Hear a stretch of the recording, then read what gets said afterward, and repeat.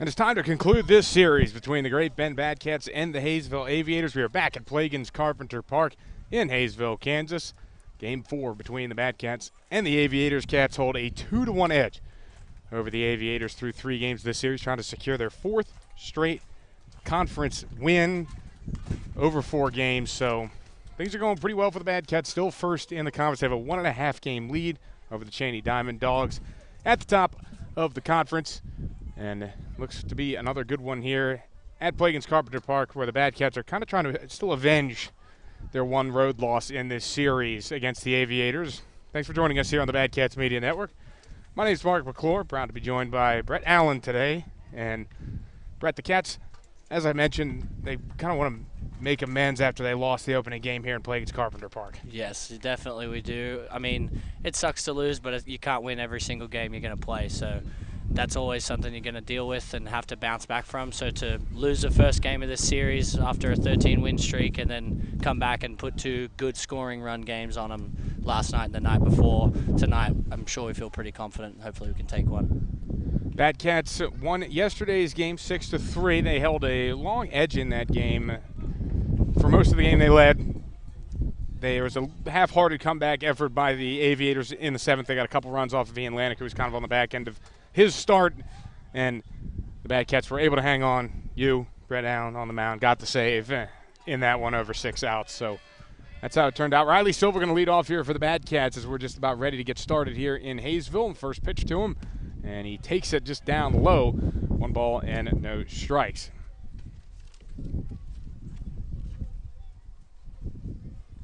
Daniel Cavazos is on the mound here for the Aviators. Right-hander from Cisco College, he deals, and Silva pops this one foul. Count 1 ball and 1 strike. Taking a look at Cavazos this season, he's got a 1-1 record, an ERA at 7.5, 7.53 to be exact. This is his 4th start of the season. He's gone 14 1/3 innings, 13 strikeouts to 11 walks. That walk number is what he's trying to improve on. As Silva drives one out to deep left center field. Got carried. Jaden Hill going back, and he can't make the catch. He tried to barehand it to keep from going off the fence. Now Silva's not stopping at second. He hits for third. He'll slide in with a leadoff triple. Yes. That's good for Silva to run into one, as, you know, sometimes hitting's up and down, but first at bat of the game, hopefully we can get one in early. Here's how the Batcats line up the rest of the way. Kyle Gates is at the plate now. He'll be followed by Simon Larinaga, the DH. Bodie Waller's over at first and hits cleanup. Adam Musto is at third base and hits 5th. Brady Kreitzer at second, hits 6th. It'll be Rathan Malone, the shortstop, at the 7-hole. Cy Schumacher, who is behind the plate today and hits 8th. And JoJo Nieves will round out the crew for the Batcats offensively. Here's the first pitch to Gates. That one just low.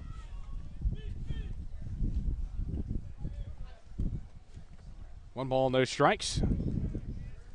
Ty Riley will be pitching for the Batcats on the other side of this inning. Batcats looking to give him some early run support. They have the first run 90 feet away after that leadoff triple from Silva. And the pitch. Downstairs to Gates. 2 balls, no strikes.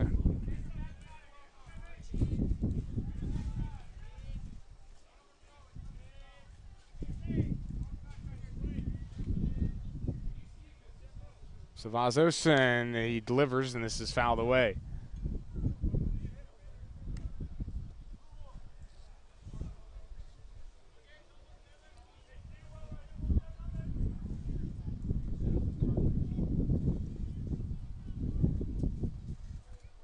Gates digging back in here, hitting .341 on the season. And pitch, another foul ball.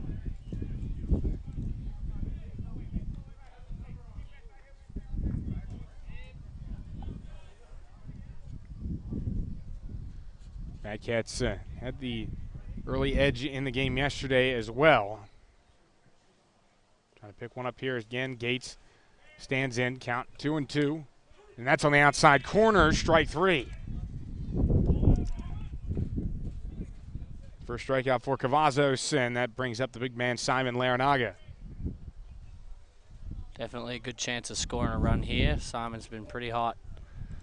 What is he? You said 2nd in the league for second in the conference in batting average right now. He's been very dangerous. Wow. .447 average. But he does lead the conference in a few other categories, primarily being home runs, 6 home runs on the season.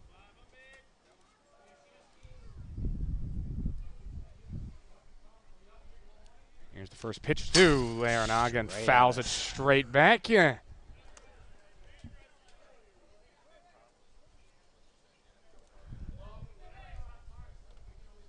Larinaga, the leader in both home runs and RBIs this season, just a nose ahead of Ryan Scott, who is playing with Cheney, second in both of those categories, as that's a strike called to Larinaga. Simon played first yesterday, gets a chance to take a break in the field. He walked 3 times yesterday. Haysville kind of pitched around him. 0-2, and he gets into this one in the air, though. High left field. Cole Klepper lining it up, makes the catch. Tagging from third is Riley Silva, and he will get across the plate. He scores, and it's 1-0 Bad Cats. Sacrifice fly from Simon Larinaga. And that's what we like. Someone hitting .471 is going to put the ball in play. He's not going to be afraid to swing with 2 strikes on him like that. So that's a good way to get started for the boys. Good job, Simon. So the base is now clear for Bodie Waller. Pretty much Bodie and Simon at this point, basically alternating the defensive position, but been solid in the lineup at 3 and 4 for a while now. Bodie was DH the last 2 nights, and now he's back at first today. First pitch is down low, a ball and no strikes to Waller. It was a rough day yesterday for Bodie, so he's looking to get back on track after an 0-for-4 effort, though. It's kind of misleading as he hit a ball probably 100+ off the bat in the 8th inning that ended up being a line out. And missed inside to Waller. 2 balls, no strikes.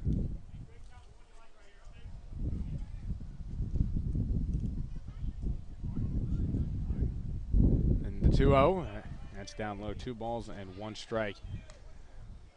Big ballpark here at Play Against Carpenter Park. They have it measured at 420 to straightaway center field, so it is a shot to get it out of here. Really anyway, even to the sticks, you got some distance to cover, so you have to more often than not manufacture runs in this yard.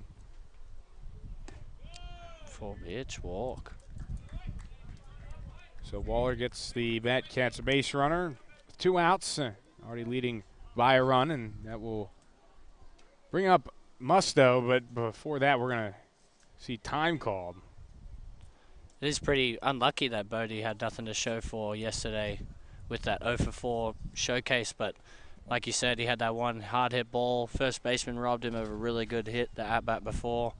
He's definitely been on fire, and hopefully we could see him hit one good tonight. So we have a meeting on the mound here between Cavazos and Cooper Harris. Harris with the coaching staff at Vernon College. That's why I see quite a few Vernon players here with the Aviators. Speaking of Adam Mustow, another Australian friend of mine, and Vernon College as well has Zach Skinner. He's an Australian guy. Musto watches the first pitch across for a strike. Musto has a really patient approach at the plate. That's kind of been his calling card at this point in the season. He's drawn a lot of walks with the Cats. He's hitting well as well, 321, 7 walks. Tied for a second on the team in those walks. That one fouled away down the left side. Shown some good ability to hit the other way as well. That's where his lone home run is, to the opposite field, so he can kind of spray it around.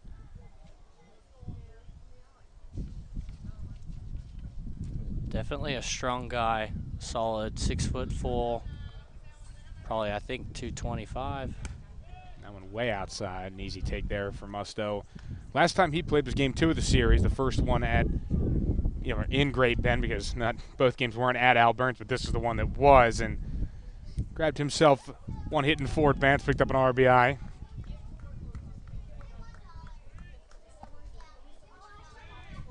Here's a 1-2 pitch. And Musto watches it down low. Just not a guy that chases all that much.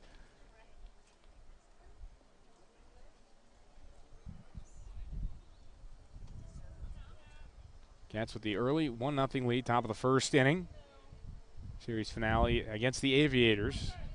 Bodie Waller gets his lead off of first. And he takes off here. Musto hits one on the ground, foul.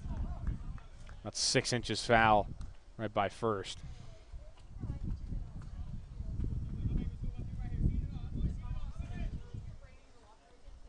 It's good for someone like Adam to come and play in the summer before going to his freshman year of college, coming from another country, because you got to see how you stack up against the Americans. This is where baseball's at, and he's doing a pretty good job this summer. Yes, I think it gives you confidence as a player to be able to see some pitching that's at a similar level of what you're going to see when you get into the Jayhawk. It's a competitive conference here in Kansas, and he's going to be playing at Hutch. Throw over, but that will make it a little bit awkward for you, won't it? It if will. You're going to Barton and he'll playing be on his team this summer, and I mean, I've got the advantage being the pitcher and him being the hitter, because I know what he can and can't hit. So hopefully I could use that. Cavazzo set. Here's the 2-2. Swing and a miss. Musto and went chasing high. And that's strike 3, but the Bad Cat scratch across the run. Sacrifice fly from Simon Larinaga gets him on the board. Bottom of the first. And the Aviators' first chance to hit coming up next.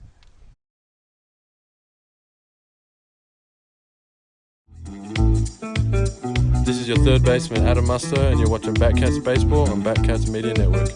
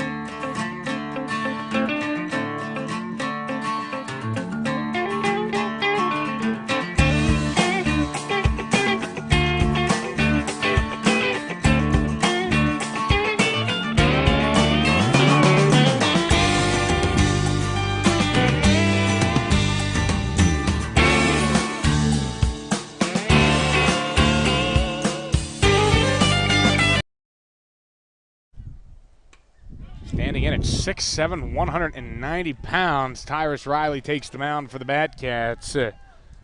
So far this season, he's been pretty strong for the Batcats in both a starter and relief role. He got an ERA sitting at 3.75. This is his second start. 15 strikeouts to just 3 walks. So a great ratio there, but he has gone no farther than 5 innings in a start. We'll see what length he can give the Batcats in this one. Leadoff hitter will be Paul Whitman. Whitman has been the leadoff hitter for 3 out of 4 of these games, as that'll be a base hit to right to lead off this one for the Aviators as they try to quickly react to the Batcat run that got put up in the top of the first inning. It's a good piece of hitting from a leadoff guy. Swing at the first pitch. It's probably going to be one of the better ones you'll see all game. Down 1 run, there's nothing wrong with doing that. So now it'll be the shortstop, Tommy Davis. Davis yesterday 0 for 4, and it was kind of Groundhog Day for him at the plate. 4 flyouts to right. First pitch, he takes a strike, 0-1.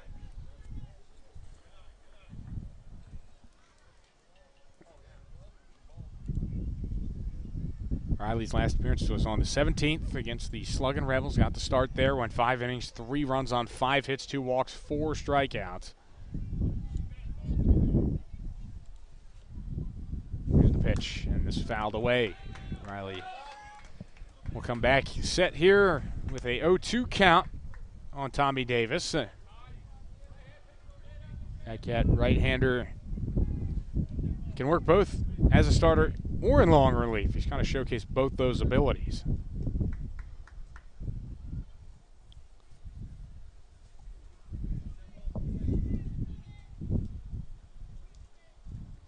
Schumacher sets himself up outside part of the plate. This one fouled back. Good spot for a setup pitch. You know, standard right-hander with a 12-6 curveball. You can probably even expect this pitch as a hitter to come next pitch, but it's still going to be hard to lay off of when you see an elevated fastball and your 0-2.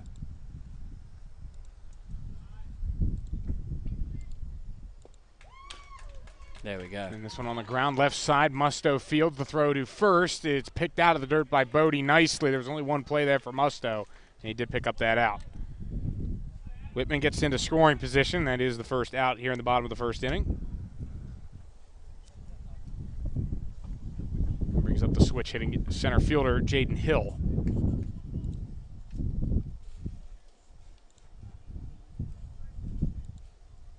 We only seen him from the right side one time, I think, have we? Yeah, it was the game here that he hit on the right side. They threw a couple of lefties. The Badcats threw a whole bunch of them.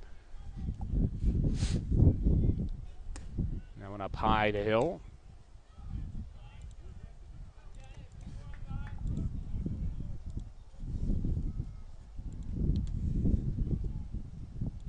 Stroked one pretty good from the right side, almost for a triple. That one outside. 2 balls and no strikes.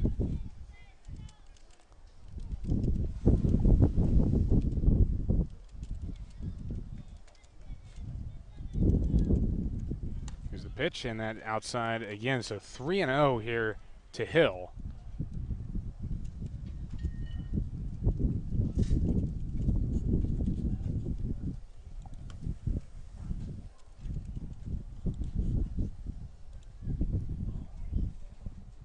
Riley trying to battle his way back into the zone here with a runner on second. A couple of looks back there in the pitch. Finds one on the outside corner. I like that from Ty, still not being afraid to pitch fine and hit his spot. He doesn't have to serve one down the middle for him, 3-0. It's good to get back in. 3 balls and 1 strike. And again, he picks out that outside corner, 3-2. So now full count to Hill. A great battle back there from Ty Riley.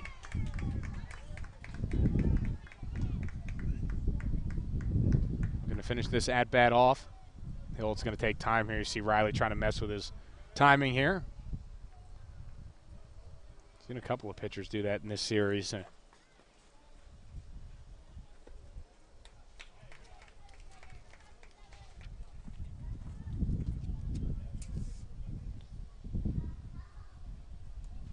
the payoff pitch. Swing and a miss. Got him. Yes. What a battle back there from Riley. Fell behind 3-0 and works the strikeout.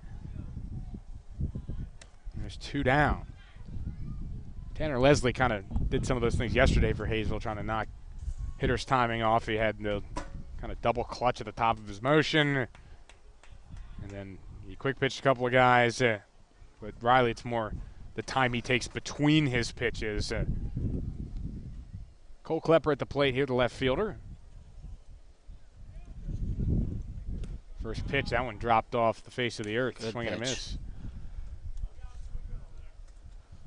Really good action on that one. Klepper, 324 hitter. At 10 RBIs, that leads the Aviators. And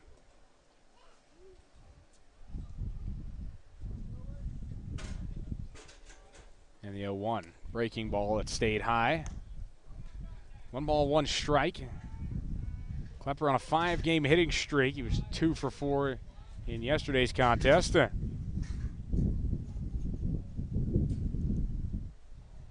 Likes to be aggressive in the count. Doesn't walk much. Swing and a miss there.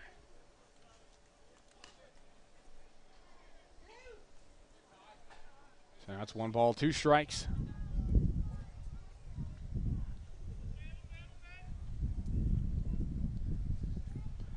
Riley trying to strand that runner on second base. Here's the 1-2 pitch. Swing and a miss. He just reared back and fired it to get his second strikeout of this game, and he strands the runner on second base. 1-0 Bad Cats as we go to the second here on the Bad Cats Media Network. This is Bat Cats pitcher Dash Albus. You are watching Bat Cats baseball on the Bat Cats Media Network.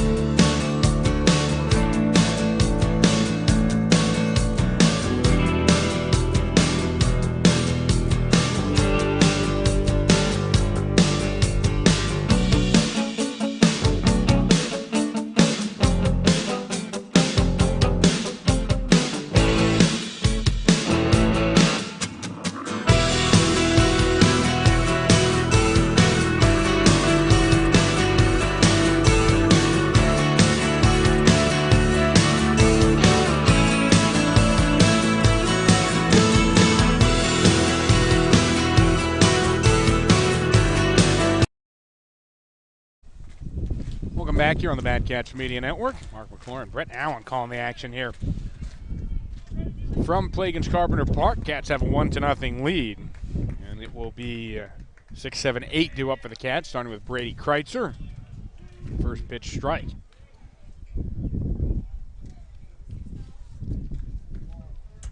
Kreitzer been actually working on possibly transitioning to going back to being a switch hitter like he was back in the day. Been exclusively a righty for the Bad Cats, but he's been taking a lot of left-handed swings in the cages. 1-1 coming. He's laid on it, swing and a miss, 1-2.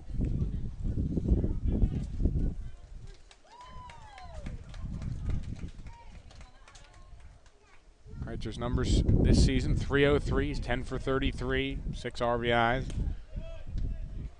Good take there.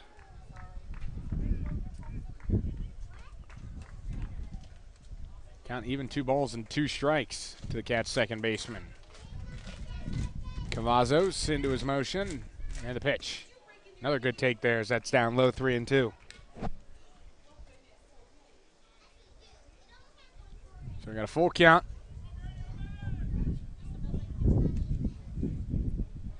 Cavazos trying to avoid a leadoff walk. Kreitzer swings and skies one to center. A couple steps to the left for Hill, and he makes the catch at center for the first out. Not a bad swing on it. Maybe if he let that get a little bit deeper. It was still up in the zone for a breaking ball pitch, but only your first at bat of the day, you can't really complain with a barreled ball to the outfield. I think hopefully he can string one in later. And then in addition to that, you know, working along at bat, let the guys behind you kind of see what Cavazos is working with. Mm-hmm. And that brings up Rathan Malone. Here's the first pitch to Malone. That's a strike. Got off to a real tough start this season, but now he's got hits in 8 of his last 9 games. Had a double yesterday and was 2 for 4 overall in that game. So really good game for him. And hits one, broken bat right back to the pitcher. Cavazos underhand flip to first, and that's out number 2.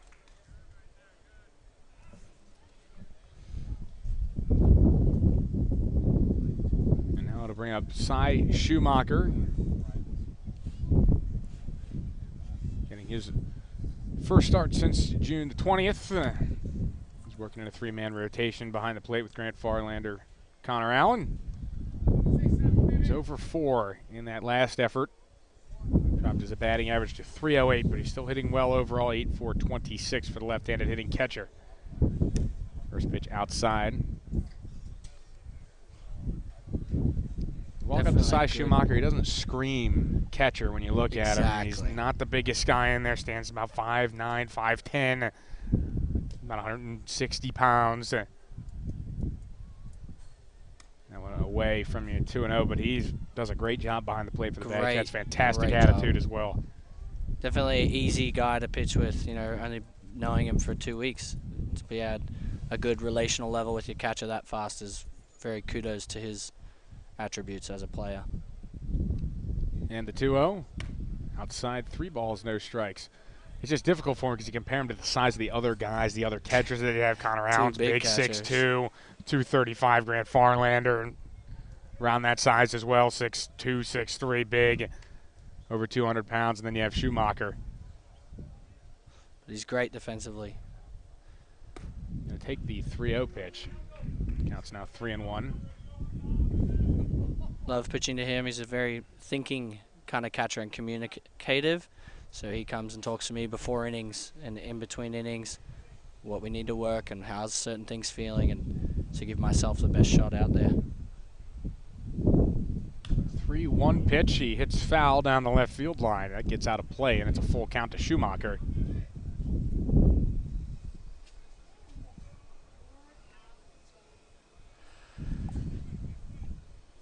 Trying to extend this inning for JoJo Nieves, who's in the on-deck circle.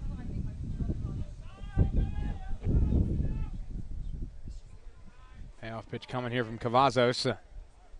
And Schumacher hits it on the ground to shortstop, scooped up by Davis. Throws off balance, but he gets it there in time to get Cy Schumacher and retire the side.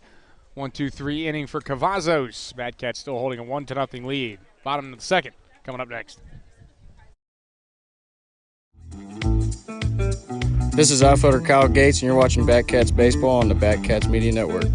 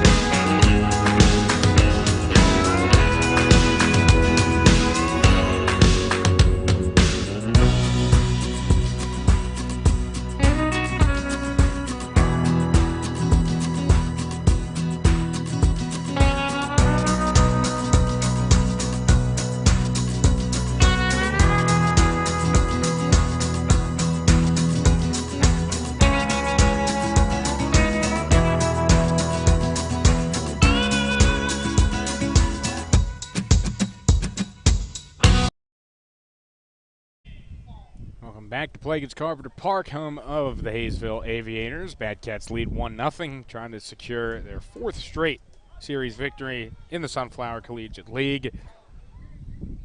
Ended up picking up a sweep of 3-1-6 Elite. Did similar damage to the rest of the conference as well. Picked up 3 out of 4 against the Newton Rebels. As Ty Riley gets ready for his first inning of work. First pitch a little tight into him there. And then did the 4-game sweep over Mulvane. And 2 doubleheaders. That one outside. 2 balls, no strikes.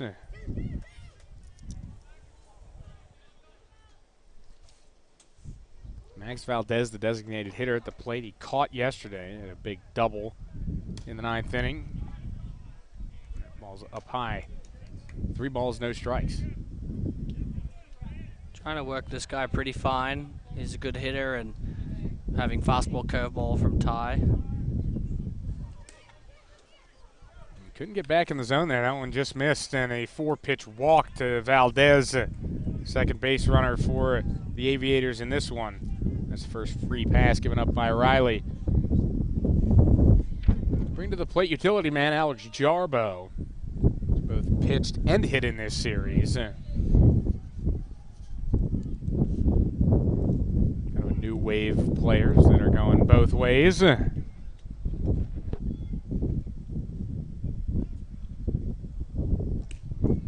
one is outside. Jarbo hitting .333 in this series against the Badcats, though. Been a little bit tough for him. Comes in at 2 for 12.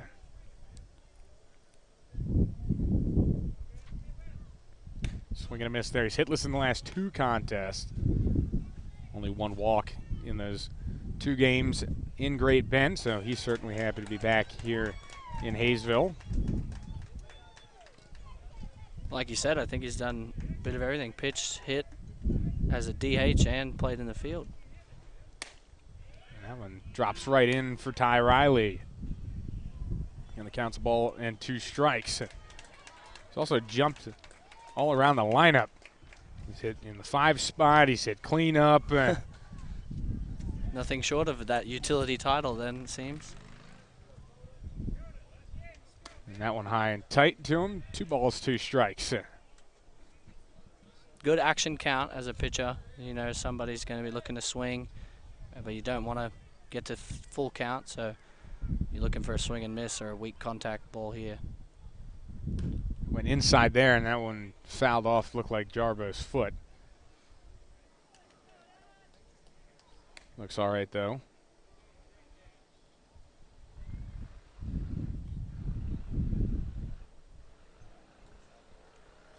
Good front door curveball there with the 2-2, and hopefully you're thinking you could double up here, but you couldn't go back to a fastball. Just getting somebody to swing again, change of eye level, change of speed. Pause in the pitch from Riley, and he gets the swing and miss there. Really good inside fastball. 3 strikeouts for Ty, and when you can hit that spot effectively, definitely. Really good pitch. It's a lot harder to hit that inside fastball than you think. 100%, and like we said, just after seeing a inside curveball that starts in the same spot, the tunneling that the fastball comes out of, it's great to go right back there with a faster pitch. It's going to be hard. Now Clay Artho steps in, and first pitch bounces to the plate. You want to know, Artho had that walk-off single, bottom of the 10th, game 1 of this series. The only other game here at play against Carpenter Park. This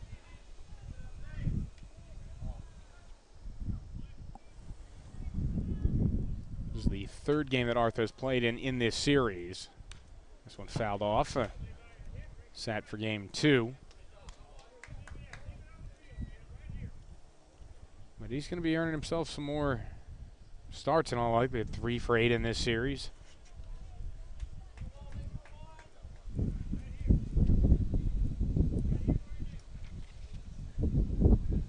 1-1 the count. Riley has the sign to pitch.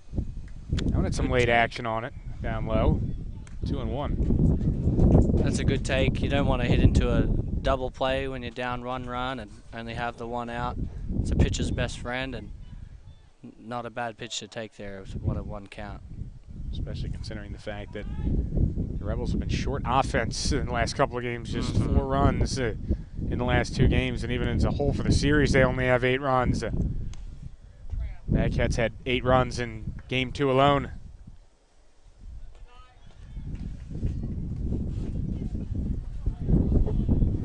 Three balls, 1 strike. A little bit of danger here for Ty Riley. Here's the offering, and this fastball's hit out to right center field. Riley Silva is not going to be able to make this catch as it heads out towards the fence. They are going to wave around Valdez. Here's the relay throw. It's way offline, and it's backed up by Ty Riley. So an RBI double for Artho. It drives in Valdez, and Artho continues what's been a fantastic series.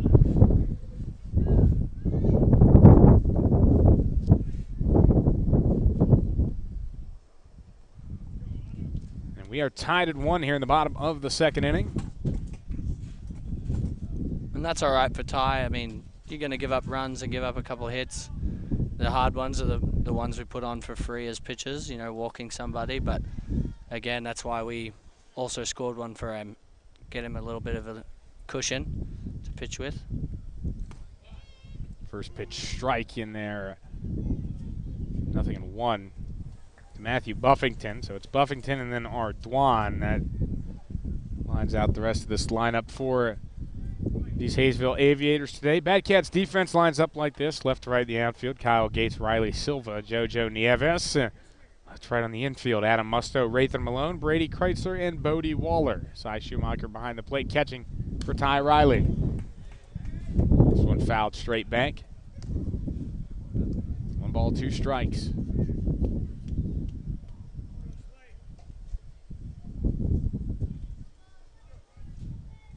Here's the pitch. That one eye level, missed it 2-2.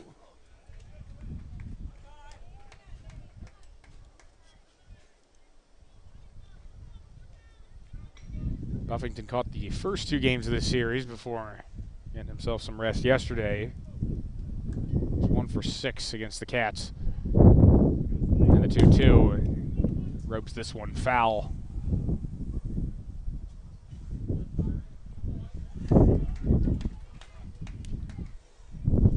.258 hitter for the season. Riley at this point just trying to keep it to just the 1 run. Keep this game tied. Still plenty of baseball to play. Bottom of the second. Riley shakes the first sign from Schumacher. Now he's got something. And the pitch. Tried to drop it on the inside corner, and he did. Beautiful from Ty Riley, and he's got 3 punch outs. That's a pitch right there. If you're not looking for it, there's no way you're going to get it. Definitely. 4 strikeouts for Ty Riley. And there are 2 away. That runner still standing on second, and Dalen Ardoin at the plate. Here's the first pitch to him. Fastball that misses. 1 ball and no strikes. Ardoin plays at the Division I level, Grambling State, down in the SWAC. 5'11", 180. Middle infielder. Saw him at short, but he struggled there in game 2, so he'll move over to second base. Tommy Davis has been much more short-handed over at shortstop.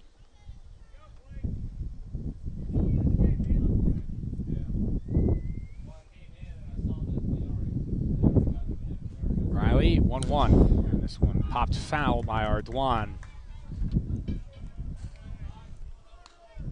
Good count for Ty, being ahead with 2 strikes and 1 ball and 2 outs. Looking good here to hopefully leave this guy stranded on second base. We've seen him do it all with 2 strikes. He's gone to both the fastball and the curve. Got either one open here. Getting. Here's a 1-2. Fastball on the outside corner, but just too far off. 2-2. Very close there. Again, a great place to set up a pitch. He's not in danger with 2-2 of walking him, and fastball up and away. You can drop down a curveball and get a swing. Goes right back with a fastball, though, and he got him strike 3. Ardoin was late on it, and 5 strikeouts now for Riley. Did give up his first run, though, on that RBI double from Clay Artho. So we have a new ball game going to the top of the 3rd here on the Batcats Media Network. This is Batcats, first baseman Simon Larinaga. You're watching Batcats Baseball on the Batcats Media Network.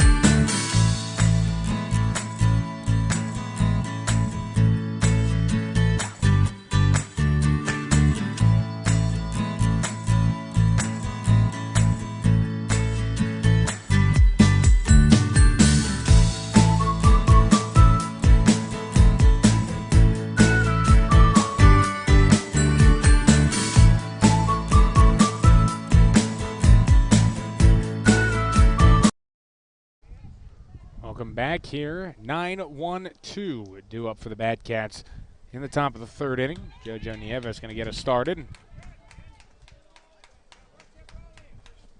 First pitch to him, he's going to lay down a bunt. It's a little bit of a pop-up. Jarbo struggles to field it at third, and it'll be probably an error on the third baseman, Jarbo, as Nieves reaches.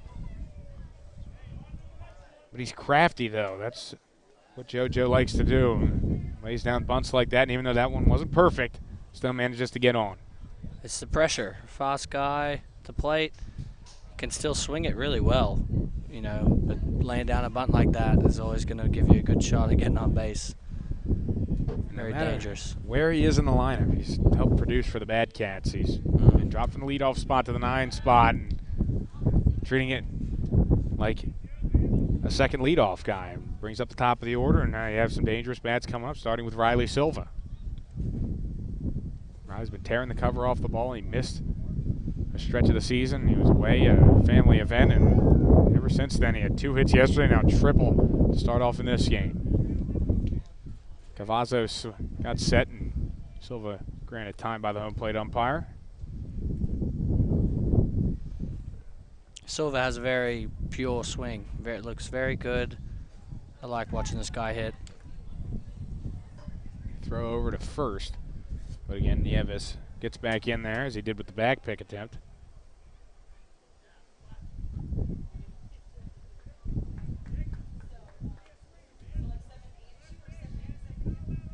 The set and the pitch, and this one again hit out towards deep left center field. Hill giving chase, and that one's going to drop and head towards the fence. Oh, wow. Silva is going to head for third again. He's trying to get his second triple of the game as Nieves comes across to score, and Silva has his second triple. Same exact spot, same exact pitch. That's well done there by Silva. Swinging a hot bat today.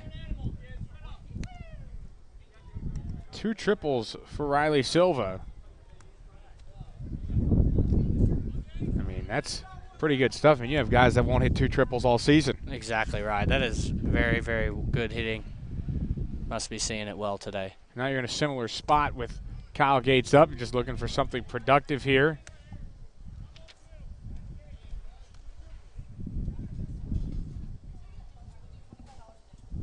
Batcats taking the lead again, 2-1. Riley Silva got an RBI with that one.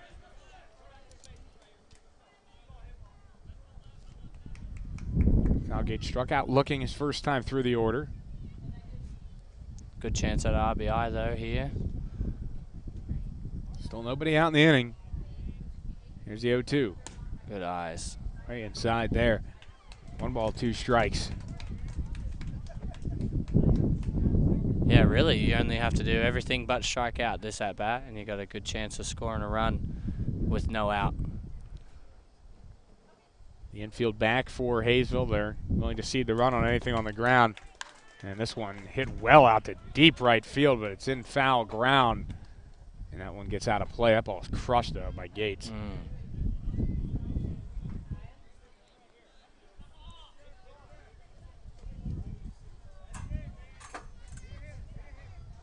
Top of the third, nobody out.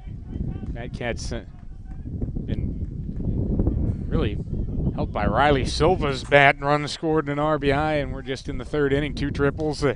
Gates fouls this one off. So it'll stay 1-2.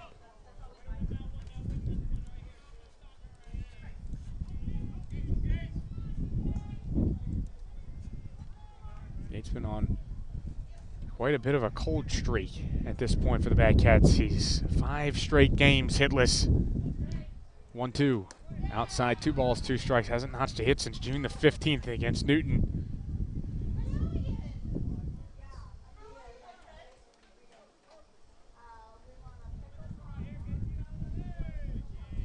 Cavazos ready, and he deals. Fouled straight back by Gates. He's not going down. So one thing about Kyle's at-bats, even though he hasn't been hitting it well, he's had a couple of walks in that 5-game stretch, but no hits. There's been a lot of strong at-bats. Fouling some pitches off and at least making the pitcher work. It's not 3 pitches and you're down And Gates rips this one to right field, and that streak is over at 5 games. Base hit to right brings home Riley Silva, and the Batcats have patted the lead 3-1 now. That's good for him to fall one in there. Hopefully get it started for his bat after the last couple games, but always a guy to just have in the lineup. He's a good outfielder, still has some power, definitely has a chance of putting the ball out in the box, you know, runs into one. So I think that'll secure him a couple more starts this season, that's for sure. Something else that Gates certainly does well is steal bases. 7 stolen bases so far this season. That's second behind just Alex Rogers, who's something else, and he still has that stolen base lead even though he hasn't played since June 16th. Still nursing an ankle injury. Simon Larinaga at the plate. Cavazos delivers. Fastball low. 1 ball and no strikes. Batcats have an unreal 55 stolen bases in 20 games, this being their 21st. They're usually really aggressive on the bases, as Larinaga will take a pitch outside there for a strike, 1-1. But John Mariani at third base certainly not afraid to be aggressive.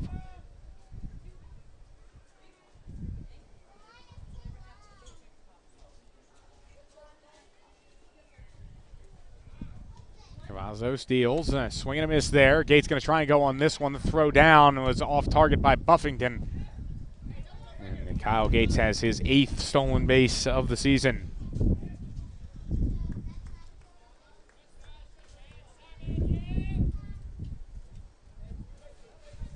John Mariani again putting on the steal sign. Filling in for Roger Ward, who this is his 3rd game in a row today. That one's down low to Larinaga.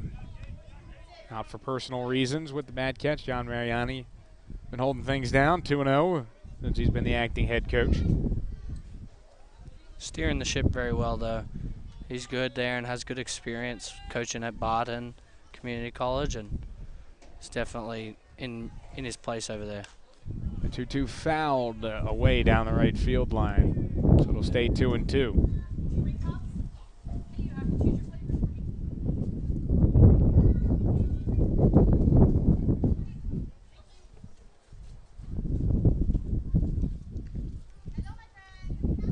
Looking in, Cavazos got his sign. Looking back at second, and the pitch to Larinaga is outside, and the count is full to the Cat slugger. Nobody out this inning. JoJo reached on an error to start the inning, and Riley Silva an RBI triple. Kyle Gates with an RBI single. 3-2, and that one fouled off. Caught the mask of the catcher, Matthew Buffington.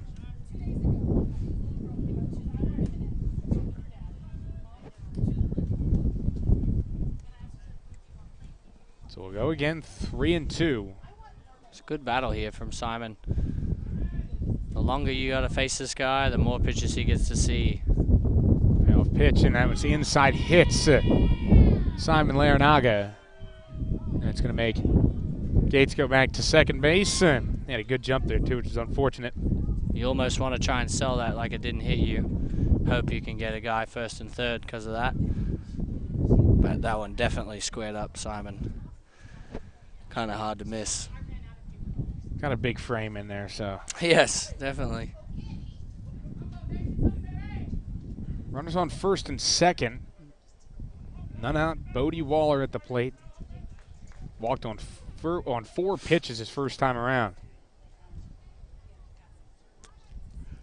Cavazos trying to bounce back before this thing gets away from him.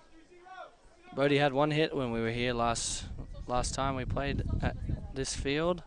So, I mean, hopefully turning that walk and getting a hit here would be great. Gets a piece of this one out to center, straight away. Hill makes the catch. Gates will stay at second base, and that is the first out. Just a little bit underneath that one.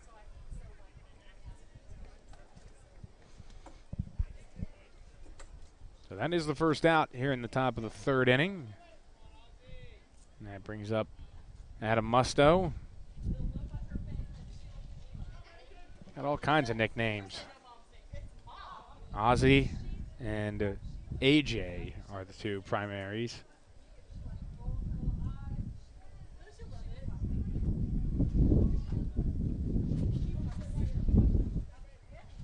First pitch, swing and a miss. 0-1, Musto struck out his first time around. Looking for better results here against Cavazos in a RBI situation.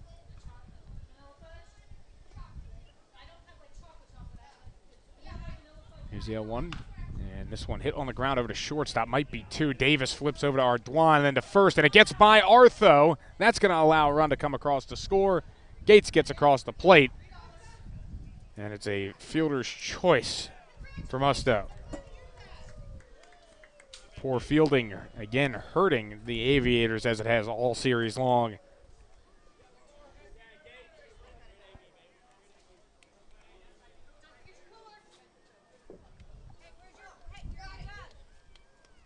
So that allows Brady Kreitzer to come up and hit this inning. Bad Cats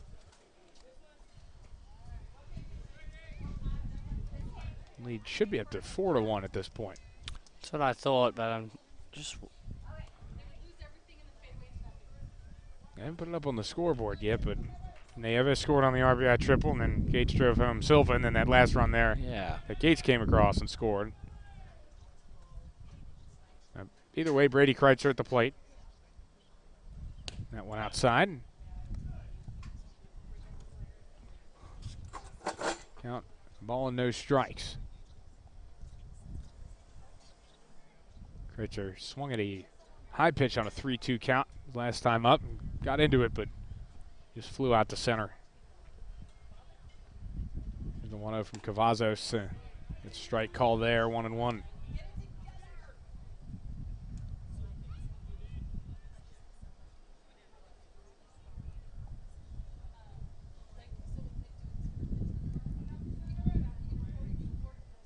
Kreitzer digging in, and the pitch. Thought about going around there, but held up, and that one's outside, 2-1.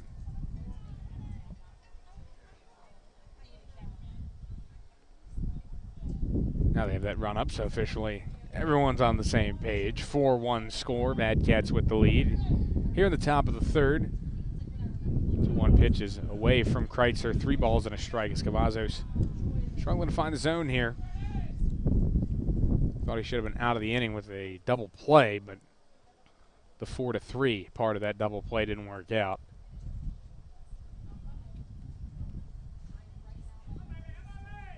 (3-1). Kreitzer has a chance to swing away, and he hits this one foul.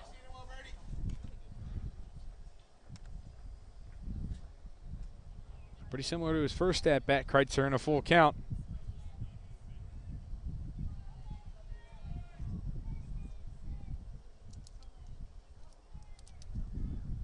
Musto over on second base, and the pitch.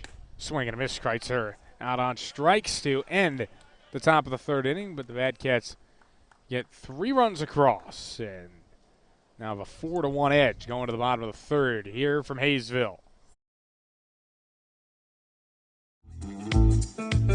This is Bodie Waller, first baseman, and you're watching Bad Cat Baseball on Bad Cat Media Network.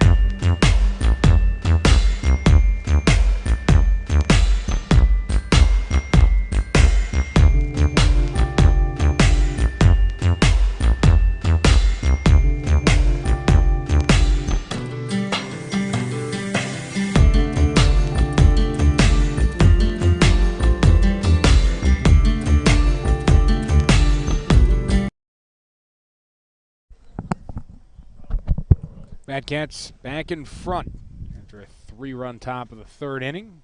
4-1 score against the Haysville Aviators. Trying to pick up 3 out of 4 before they start a big series against the Hutch Monarchs starting on Sunday, as this one is popped up left side. Rathan Malone makes the catch for out number 1. Actually, correction, that Hutch series starts on Saturday. Either way, the magnitude of it stays the same, regardless of start date. It's a good, efficient one pitch out. We always like that as a pitcher. The cheaper they come, the better they definitely are.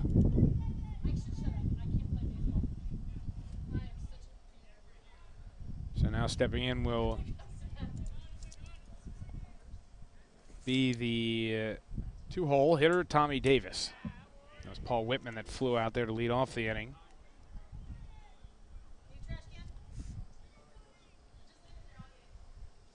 Oh for 1 with a ground out. And the 0-1 pitch, breaking ball that just couldn't get down quickly enough. 1 ball, 1 strike. Batcats ended up being the only team that played yesterday. Every other team in the conference is playing a doubleheader today. So a lot of Sunflower Collegiate League action to keep your eyes on. 1-1 pitches outside. 2-1. Derby and Hutch are in game 1 of their doubleheaders. It is 8-0 Hutch in the bottom of the 6th. Mulvaney Kingman tied at 2 in the bottom of the 3rd of game 1 there. 4-1 here. And 3-1-6 in Cheney also playing a doubleheader today. Ooh, inside. good spot. 3 balls and a strike. So there's going to be a lot of shifting and moving today in the Sunflower Collegiate League, depending on how things shake out.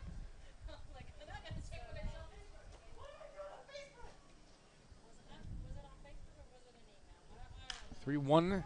This one in the air, right side. Some frustration from Davis. As it looks like he's going to fly out to Nieves here for the second out. 2 routine outs there for Ty. Proving again to be very efficient through 3 innings now. And hopefully you can get 6 out of your starter and have 2 guys close it out in the end, you know. It would be his longest start of the season if he can get through those 6. That's certainly the goal for Ty. This is where you really kind of see what you're made of going through that order a second time. They've seen you once. As Hill gets a piece of this one out to center, but got under it too much. Left center field. Riley Silva makes the catch. And that is out number 3. A very efficient inning there for Ty Riley. Gets those bats right back in the dugout while they're hot. 4-1 going to the 4th here on the Batcats Media Network. This is Alex Rogers. You're watching Batcat Baseball on the Batcat Media Network.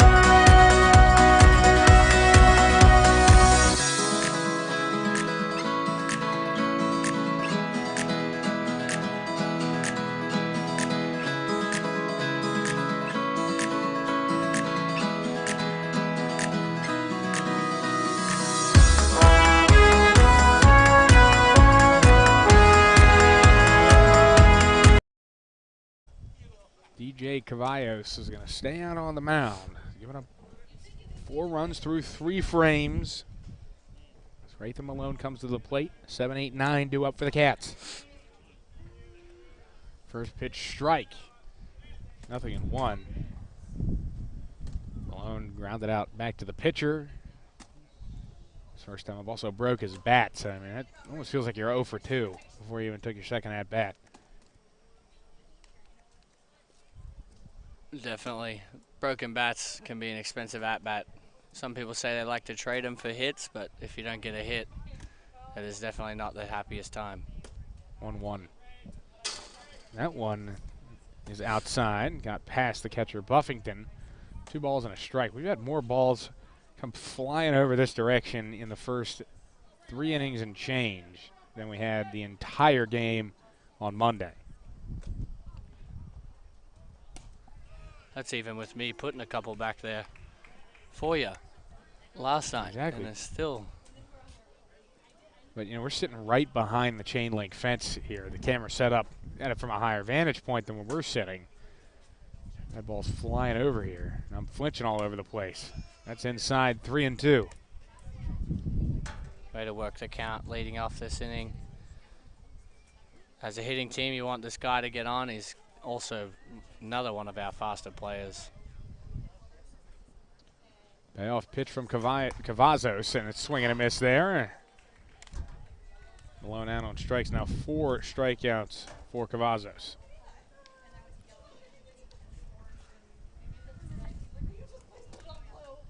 So now it'll be Cy Schumacher. Ground out to short. First time against Cavazos, who's waiting for Schumacher to step in to start this at-bat. This is what he wants to throw here. First pitch, Schumacher takes it down low.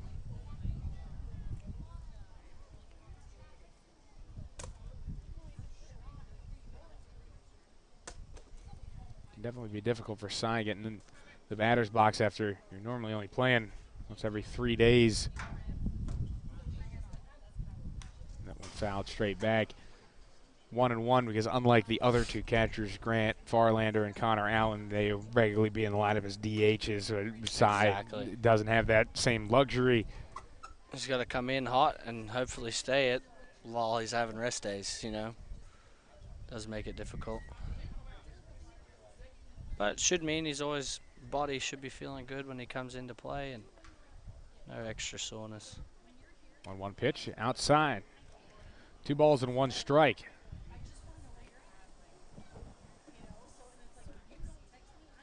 Yeah, it's backstop, steps back in. Nobody on, 1 out. We're into the top of the 4th inning here at Play against Carpenter Park. Mark McClure and Brett Allen on the call here for the Bad Cats Media Network. 2-1 coming. Got fooled there, swing and a miss. 2 balls, 2 strikes.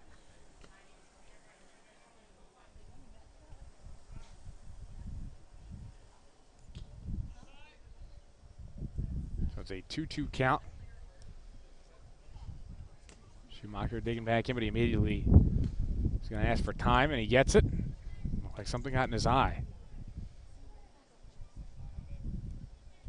It's definitely proven to be windy here in Kansas since I've been down here. Can imagine stuff getting in the batter's eye all the time. 2-2. Down low, good take there from Schumacher. 3-2.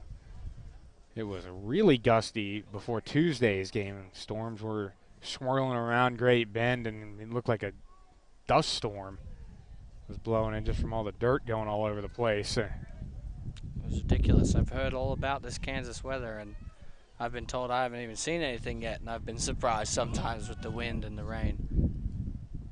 Here's the payoff pitch. Down low, and Schumacher works the walk.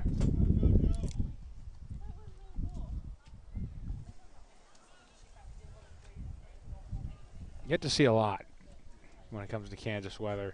Well, there's tornadoes, right? I mean, I have not seen one either. Now, I've been here for, this is my 3rd month total, if you count last season. And the only warning we ever got, we were in Wichita for. That was in Great Bend. So I've been lucky enough to avoid it. But if you're going to be playing college ball down here, certainly a higher likelihood that you will see one at some point. Definitely. And also, I'm just not used to 105-degree days, you know, from Pennsylvania. So, it gets warm up there, but geez. It gets pretty cooking down here, that's for sure. That one down low. 1 ball, no strikes to start this at-bat to JoJo Nieves. And like you said, the wind, I mean, sometimes it's gusting 30, 40 miles an hour at a time. Oh, it's lucky we're playing at a lower elevation because you'd see balls flying out the park all the time just because of the wind here. The 1-0, that's outside. Sometimes it's blowing into at places like Barton where, you know, you're 350 to the sticks and 400 to center. It's really hard to get a ball out of there. Definitely. When the wind's blowing in. Hard enough when it's not blowing at all. No, helps the velo, though. It does. It helps us as a pitcher. You know, pitchers' parks are the ones that are harder to get the ball out of. Breaking ball misses to Nieves. 3 balls, no strikes. It's a pretty good pitch. I don't know where that one missed. Not a bad get-me-over curveball, but that's an advantage situation for JoJo here.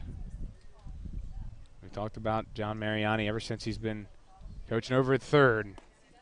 Likes to give green lights. 3-0, 3-1. Looked like a take there from Nieves, though.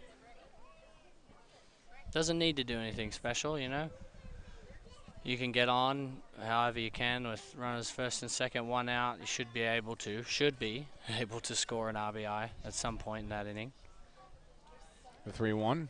Down low, ball 4, and now you're bringing up the hottest bat in the lineup right now, Riley Silva. 4 hits in his last 2 games and 2 hits in this game, both of them triples. If you know, at the rate he's been hitting, if you give him the same amount of at-bats just because he missed some time off, as other guys, I can argue he's one of the best hot bats in the league right now, for sure. Clearly didn't lose any of his confidence when No. he took some time off. Came back yesterday and was ready to play. Some guys are just like that. They get the eye and they know how to see it coming. I'm excited to play with him next year. He's coming back to Barton County Community College. It's just going to be difficult to fill in spots for that outfield with Alex Rogers leaving to go to Stephen F. Austin. There's going to be other guys that need to step up for the Barton Cougars next season because it's hard to fill in for a guy that hit over 400, stole 61 bases, and is one of the best defensive outfielders you'll find anywhere. Definitely hard to fill in that role. But the good thing is it is a college level, and most guys out there can track down a pretty good hit baseball. First pitch strike to Silva, 0-1. Cavazzo certainly going to be wary about where he places his pitches to Silva after the last 2 hit to the left center field gap. And the pitch. That one down low, 1 ball, 1 strike. Yeah. They've shifted over that center fielder more in towards where he's hit the last 2 balls, hoping he puts one out there again, but now leaving a great gap the pull side for him. Cavazos is ready. And the pitch. Swing and a miss there. 1 ball, 2 strikes. I mean, a huge gap in right center. Massive. Dangerously enough, having 2 triples on the day, if he puts one in the same power into that now bigger gap, you could say there's a good chance of him possibly going all the way around. Especially with his speed. Oh, definitely. Very fast. And coming out of the left-handed side of the batter's box, he's got all the cards playing pretty well for that if he gets one squared up on the barrel. Also just really aggressive coming out of the box. He was thinking 3 immediately on those No first doubt, 2 hits. was it? 1 ball, 2 strikes. And the pitch. He stays alive here with a weird roller that just stays foul. It almost came back fair when it hit the grass. Twice. It almost came back in twice. It bounced foul, fair, foul. Wow. That's what happens when you have these fields where the baselines are dirt all the way. And then you have those kind of grass ridges that affect the way the ball spins. Unlike Al Burns, where it's just level. It's grass all the way down the first and third base line. It's dirt out between first, second, and third. But the last little stretch there, you're between home and third and home and first is part dirt, part grass, so you don't kind of get all those weird rolls that you get other places.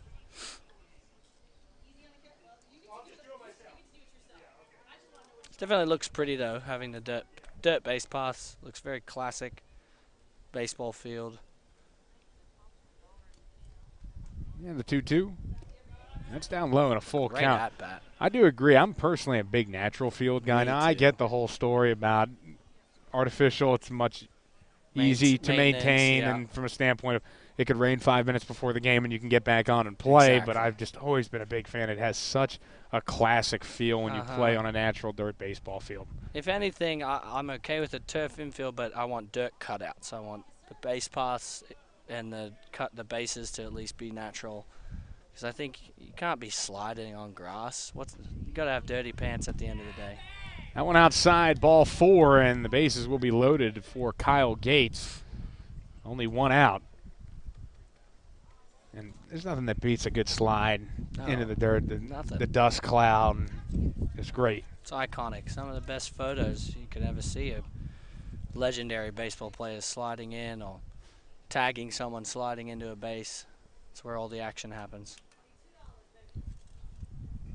So that is now 3 straight walks surrendered. And it looks like we're going to see a pitching change here for the Haysville Aviators, as Cavazos will exit after he struck out the first hitter here in the top of the 4th inning. Then walk to Cy Schumacher, Jojo Nieves, and Riley Silva. Now the bases are loaded, and they're going to try and stem this tide as quickly as possible. We'll have the news about the new reliever when we come back here on the Bad Cats Media Network.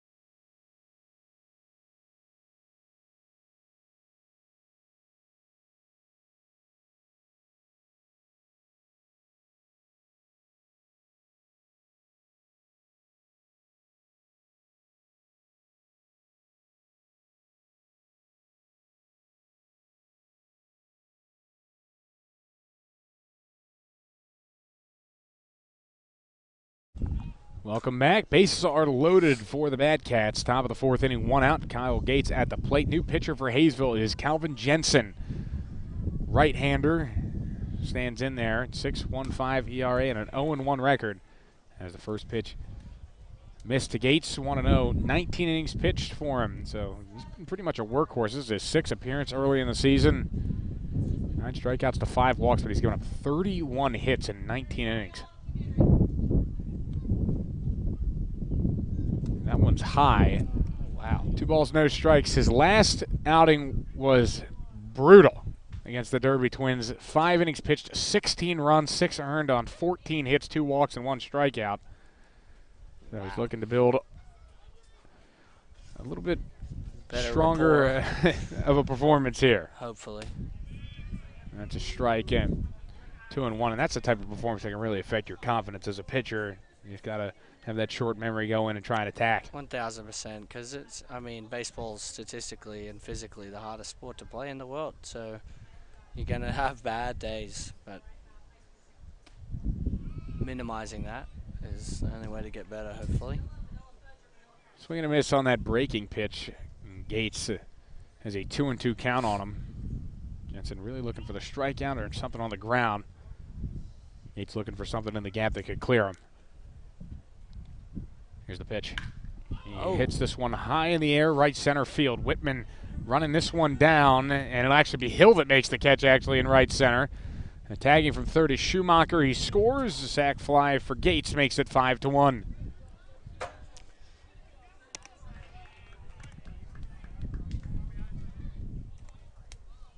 just like you said, with that wind blowing in at some of these parks here in Kansas, you know, that ball is struck quite well. Yeah, probably a little too high. It might be caught on a normal day, but that ball's hanging in there in the air today. That's definitely a routine fly ball, even when you hit it that hard. Another RBI, though. Chance for more, though. Simon Larinaga at the plate with 2 on. First pitch breaking ball he was out in front of. 0-1. Good change of speeds there from Jensen.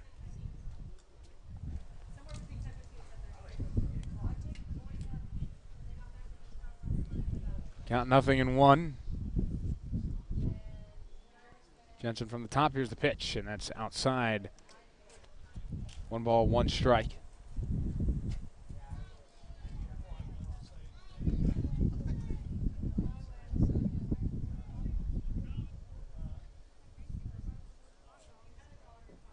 Jensen sent and the pitch. This one fouled away. Interesting delivery there from Jensen on the mound. He definitely rips his way through. His body goes along for the ride when he finishes his motion. It just seems like a pretty athletic motion, being able to move the body like that. He's got a good natural arm side run on his fastball. That one outside 2-2, and he's working out of the stretch here, certainly, so you're not going to have as much of a leg kick, but he's got barely a leg kick at all when he's working out of the stretch. Oh, it's just a step and throw. Now that one was way higher, and that one fouled away. And this one, actually, no, this will be caught out and right. My apologies, bad trajectory on that one from my angle. Larinaga flies out to right field, and that will end the 4th. For the Batcats offensively, going to the home half of the inning. It's now 5-1. Batcats added 1 more sac fly from Kyle Gates. This is Batcats assistant coach Jonathan Mariani, and you're watching Batcats baseball on the Batcats Media Network.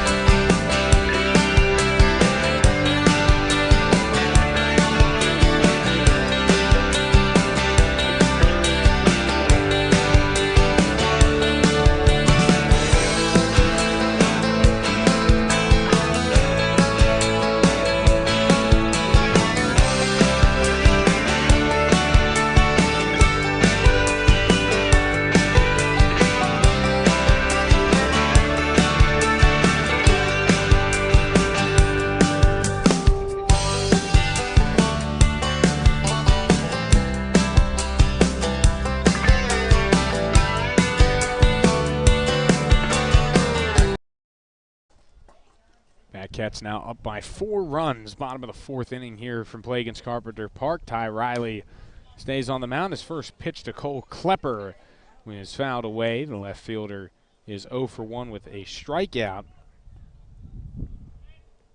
Riley, 5 strikeouts in this one. Worked a very quick bottom of the 3rd inning. 3 pop-outs.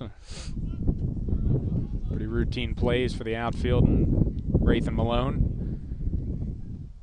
He made a catch at shortstop. Here's the 1-1. That's outside, 2 balls and a strike. Right idea, just missing the spot there on the outside. It take him a minute to settle back in after he was on the bench a good while. The Batcats had a long inning there in the top of the 4th. This one in the air, left center. Looks like it's going to be Silva's, and he makes the catch for the first out. Too fast out there. And again, that wind holding it up in the air for a long time. It's going to be hard to get those outfield base hits unless your name is Silva. Finding a way to hit 2 of them. So that's 6 straight retired by Ty Riley. Clay Artho was the last Aviator to reach. He had an RBI double in the second inning. But since then, Riley's really settled himself down and is rolling again as the Mad Cats have given him plenty of run support. First pitch is a strike called on the inside part of the plate to Max Valdez. He didn't like it.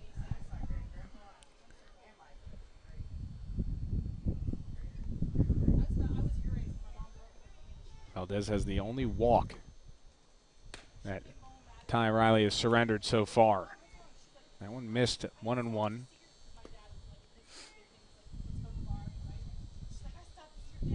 Set and the pitch. This one popped back behind the plate, but this one will get out of play.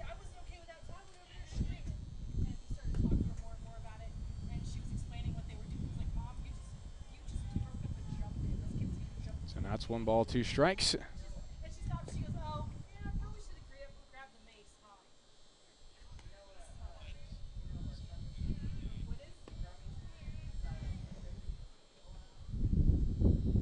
Ready, and the 1-2 pitch. And that's right on the outside corner, strike 3. And now. Is that strikeout number 4? That's number 6, Number believe it or not. 6, wow. So that's 6 strikeouts. It's too good. Struck out 2 in the first, then 3 in the second. He was clean in the third, at least from a strikeout standpoint, and then that's his first here in the 4th inning. Definitely hard to hit that fastball in that upper 80s, but coming from the angle that he throws at. It's hard to lay off of when you're hitting. It's hard to catch up to. That first one outside to Alex Jarbo. Must help being 6'7". 1-0. Down low, 2 balls, no strikes. I mean, it's just intimidating to look at. Yeah, definitely. When you're in the box, you got this huge stature on the mound. They're tall as it is, and then they're standing on the mound, which makes them look even taller. And, I mean, they say the taller you are, you know, gives the hitters less time to react because you have the longer wingspan. It's like he's throwing, you know, that upper 8's fastball from Little League distance, how far he strides down the mound. And it looks like from the batter's box that you know, heat in the high 80s looks like it's coming in at 90. Definitely, definitely. It's a good thing about being tall and having that heavy fastball as opposed to actually velocity fastball. You can get away with it. 3-0 to Jarbo. That down low, so a 4-pitch walk to Alex Jarbo. Breaks up a streak of 7 straight retired for Ty Riley. Now has 2 walks as Clay Artho strides to the plate. RBI double back in the second inning for him.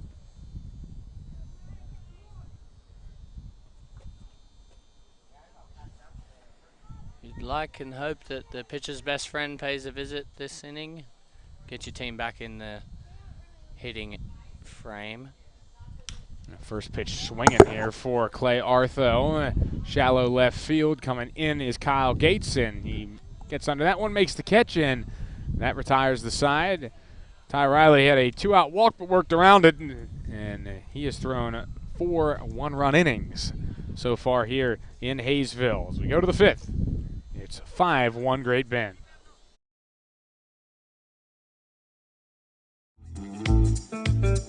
This is left-handed pitcher Matt Nedved, and you're watching Batcat Baseball on the Batcat Media Network.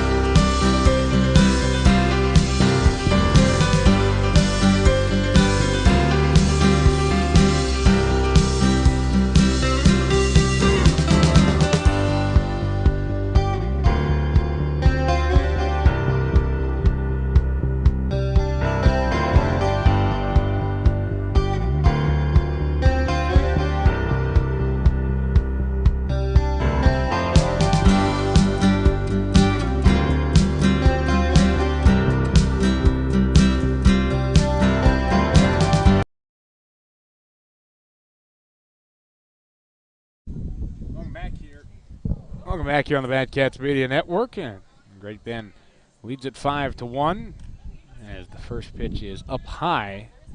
1 ball, no strikes to Bodie Waller.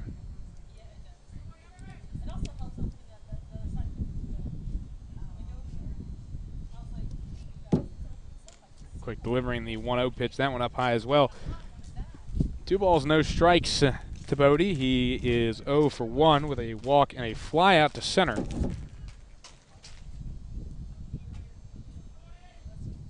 Here's the ready and the 2-0 pitch. Waller swings and fouls this one away down the left side. And it's 2 balls and 1 strike to the Mad Cat first baseman. They've been just trying to keep the pressure on here against Calvin Jensen. And the pitch, and that's at the knees, called a strike. So the count evens up at 2-2.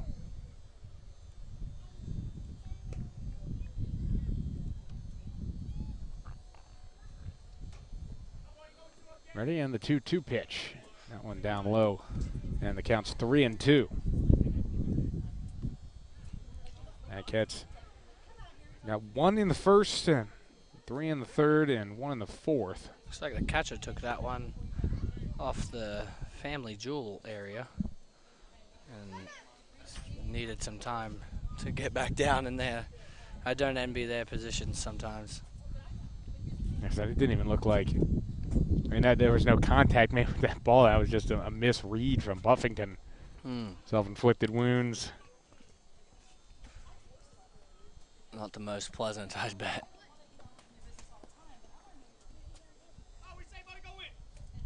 And the 3-2, and Waller lines one out towards second base off 1 bounce. It's taken by Ardoin, and he throws to first for the first out.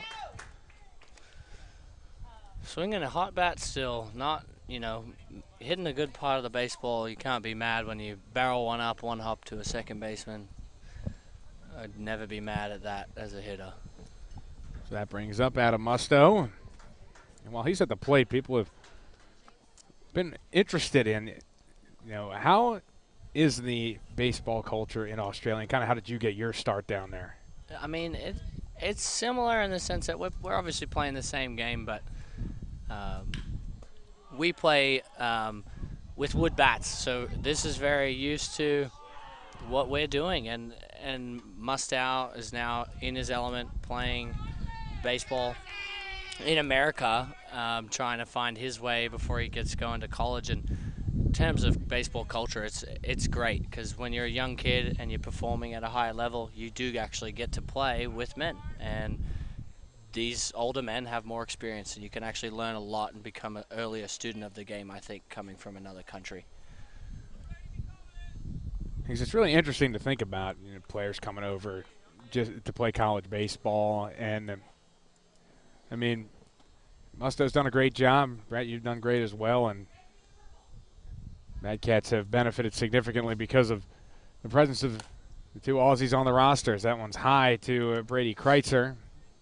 1 ball and no strikes. It's definitely a huge blessing to come across the world and do it, but not only that, it's fun. We're all here because we love the game, and to be a part of that with a bunch of other guys is just so lucky. Kreitzer drills one into right center field. Musto will score standing, and the Batcats with back-to-back doubles, and they lead it now 6-1. That was great. Mustow with a great piece of baseball. Hit the fence on the full, almost went out. Again, going the other way, showing that opposite field pop. I mean, it's really there for him. And then Kreitzer with a double brings in a run. It's a 6-1 game. But for you particularly, you came from a baseball family.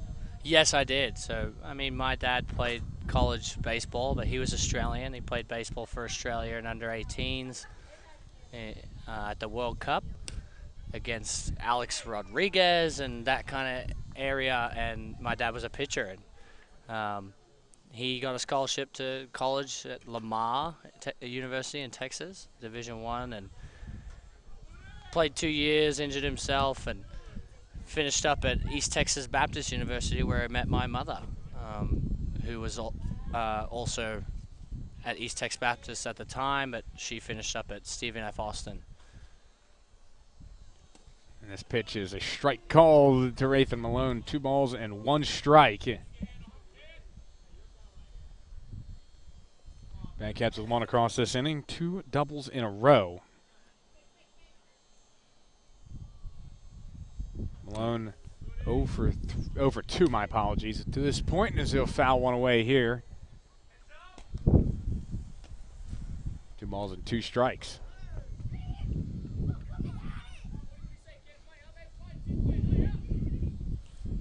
Mustow, though, is a purebred Australian. I have that half and half, being my mum from Texas and living here till I was 8.5 years old.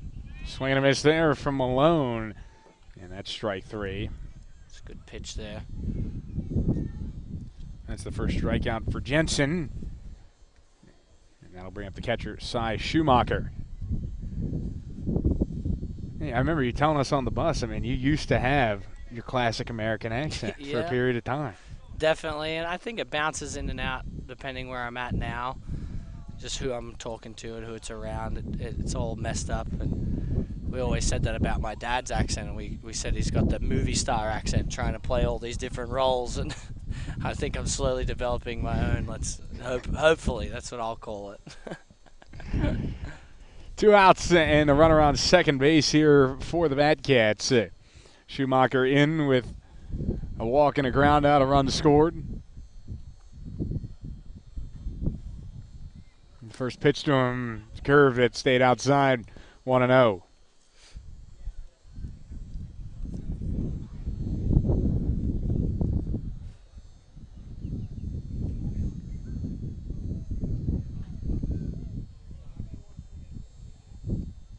From the chest, this pitch is outside, 2 balls, no strikes. Did you know going in you always wanted to be a pitcher? I did. I mean, I played both. I was a two-way my whole life. I came to my old school up in Treasure Valley, Oregon, last year as a two-way, and I injured my back in the fall and just decided, you know what, I like pitching more. I want to stick with it. I've got a better ability ceiling as a pitcher. This is a year I'll just stop hitting, you know, and I was okay with it. I mean, it's fun, but hitting's hard, and it's hard to do both nowadays in baseball. But that is what my dad did, so not surprised I lent that way. And he had to transition in the middle of his college career, correct? From a pitcher to a hitter after he got hurt, so, I mean. I think he was telling me, yeah, he pitched and blew his arm out and ended up throwing submarine for a year, and then went to East Texas Baptist University and broke home run and RBI records or something, I think. And I don't know if they're still standing, but definitely a pretty cool career. My dad is very humble. He's always played it down, but I look up to him greatly, and I'm one to brag about him very, very easily. I mean, he pitched in the game in that World Cup that I was talking about earlier against, like I said, Alex Rodriguez and against USA, and got the win on the day as a starting pitcher for Australia. We beat USA. But he plays it like that's nothing. I think that's pretty darn cool. That's pretty impressive, I'm going to be honest. That's pretty darn cool, because I'm sure A-Rod was pretty darn good at 18 years old as well. He was already in the big leagues at that time. He was already with the Mariners. It's ridiculous. Definitely one of the greatest, no doubt. That one outside, and it's 2 balls, no strikes. Here's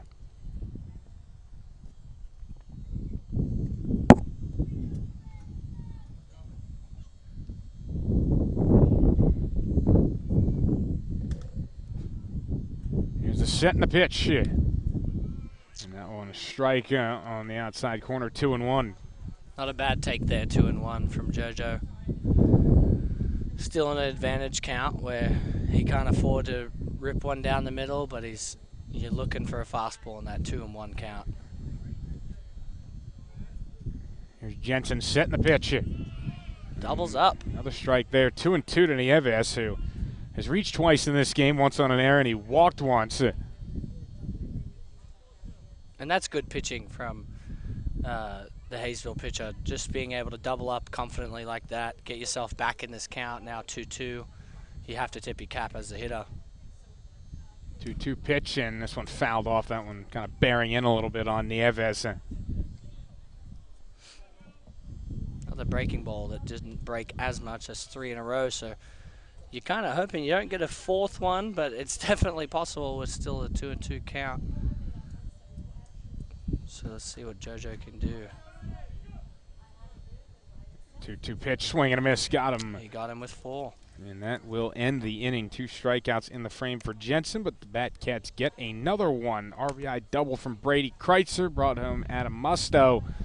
And it's now a 6-1 game as we go to the bottom of the 5th here on the Batcats Media Network. Stay with us.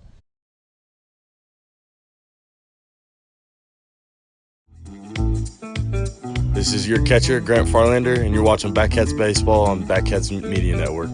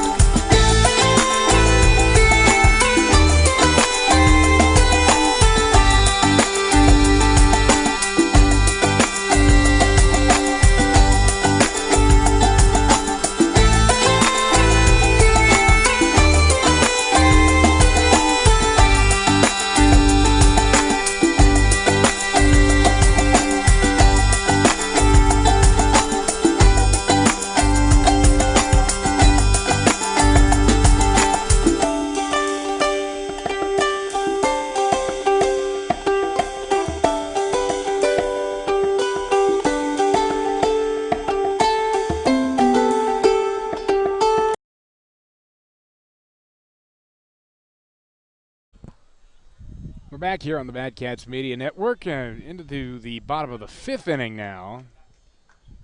Cats leading 6-1. Leadoff hitter this inning for the Aviators is Matthew Buffington, as it's 8, 9, and 1 due up.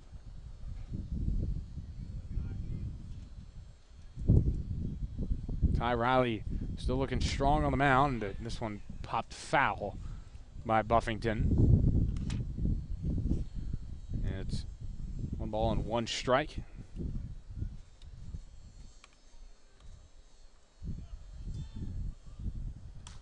Swing another foul ball there from Buffington.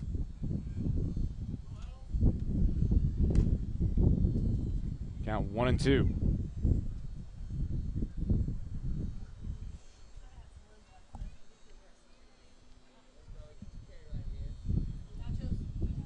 Riley ready to fire the pitch, and that one tried to front door it there. We couldn't get it down enough and may not have caught the inside corner either. 2-2. Buffington already one of strikeout victims with Ty Riley in this one. The pitch, fastball. This one going to be hit right back up the middle for a base hit.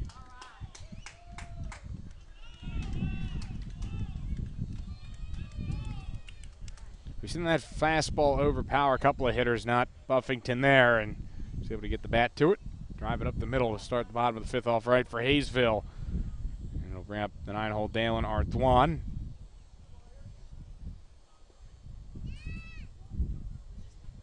Artoine also struck out his first time against Riley.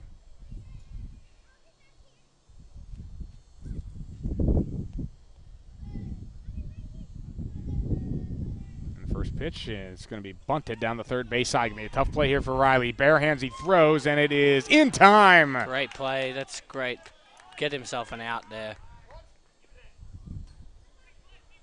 Again, a good bunt too. Fast runner in the box, but that is well done to at least get one for yourself. When you have a 5-run lead, you don't have to worry about that guy getting to 2. That's good for them, yes, but you want to attack this next hitter and get another out. And that'll bring up Paul Whitman. 1 for 2.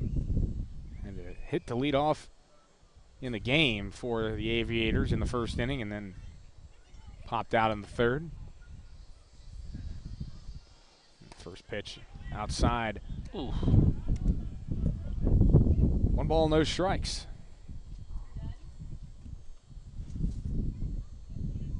One of the biggest things people don't realize in Australia is that we don't play school baseball. It's all club. So that's where it comes down to just is your club has teams that play in each of the graded leagues, like almost like majors down to minors, but in that regard, so it's really however good you are as well you get to play.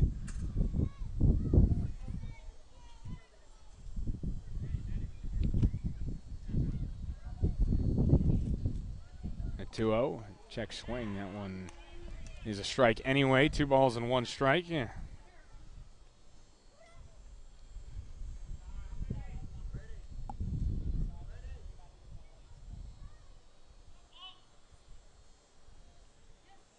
The set and the 2-1 coming from Riley. And that is also on the outside corner. 2 balls and 2 strikes.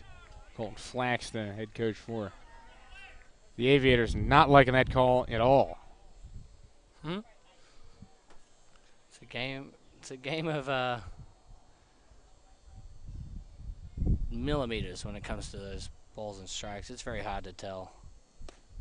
Good pitch. Wow. Didn't get the call Maybe there. a makeup call there. That was borderline down the middle. Sometimes you don't know where those miss as a pitcher, but you can't let it affect you for the next pitch.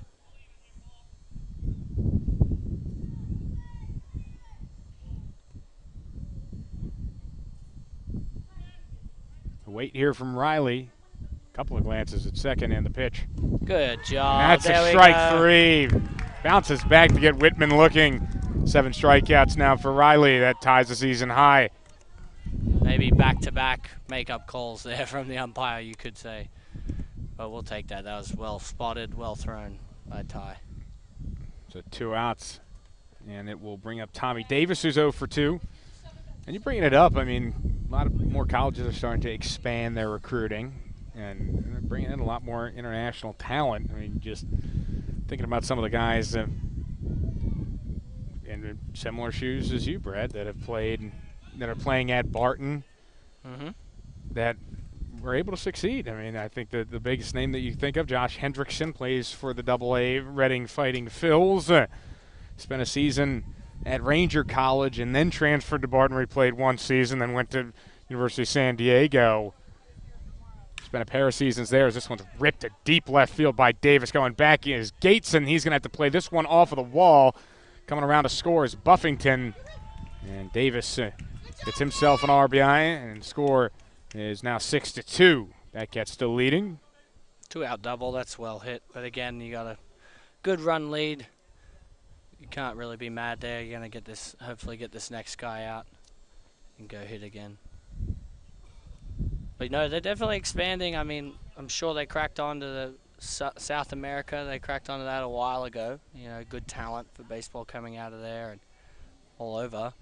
But they're expanding as far as Japan and Australia. It's very cool. There's a good 1 pitch out.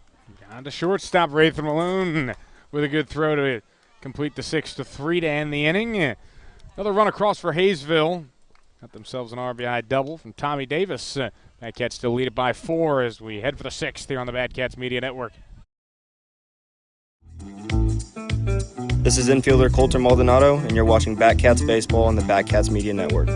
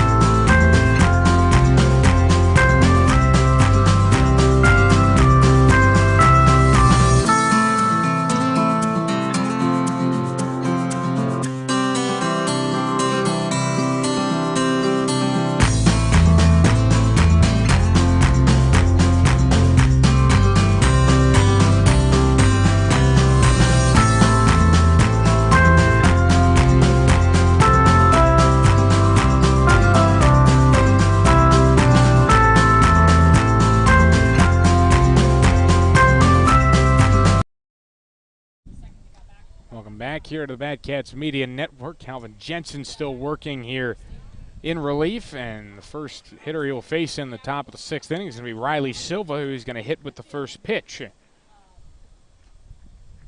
So Bad Cats have a runner to start themselves off here in the 6th inning. Silva reaching for the 4th time in this game. He has done a heck of a job. 2 triples, a walk, and now a hit by pitch. That brings up Kyle Gates, who has a couple of RBIs.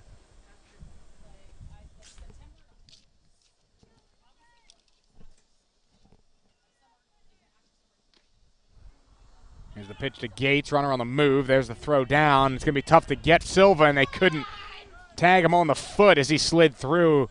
The throw was a little bit offline, made it difficult for Tommy Davis to put a tag down. Another stolen base for Gates. That was Silva there. Oh, that was Silva. Riley That Silva. was Silva. Gates is hitting.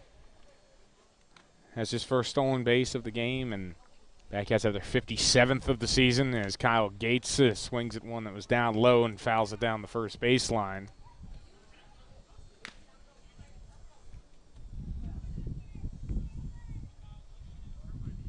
No balls, 2 strikes to Gates.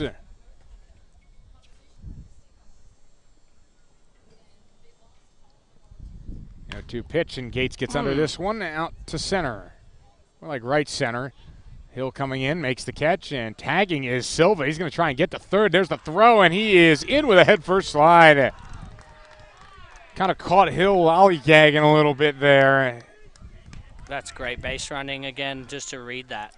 You know, too casual, shallow center field. You shouldn't be going to third base, but that is heads-up base running.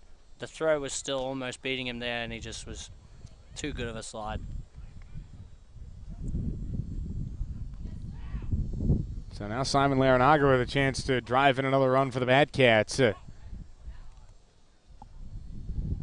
First pitch, watches it for a strike, and it's 0-1. Is there 1 out or 2 out now? Just 1 away.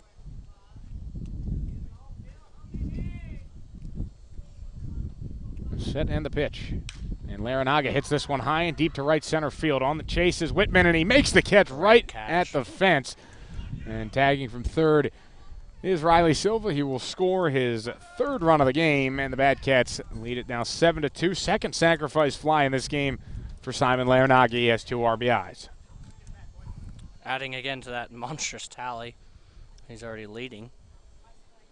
His 21st RBI of the season right there. Wow. In 21 games now for the season, and he hasn't played all 21 of them. As Bodie Waller gets into one out to center field, but it's right at Hill, and he'll make the catch for out number 3 as Bodie Waller's buzzard's luck continues with the bat. A line out to center to end the top of the 6th. As we go to the bottom half, it's 7-2 Great Bend here from Haysville.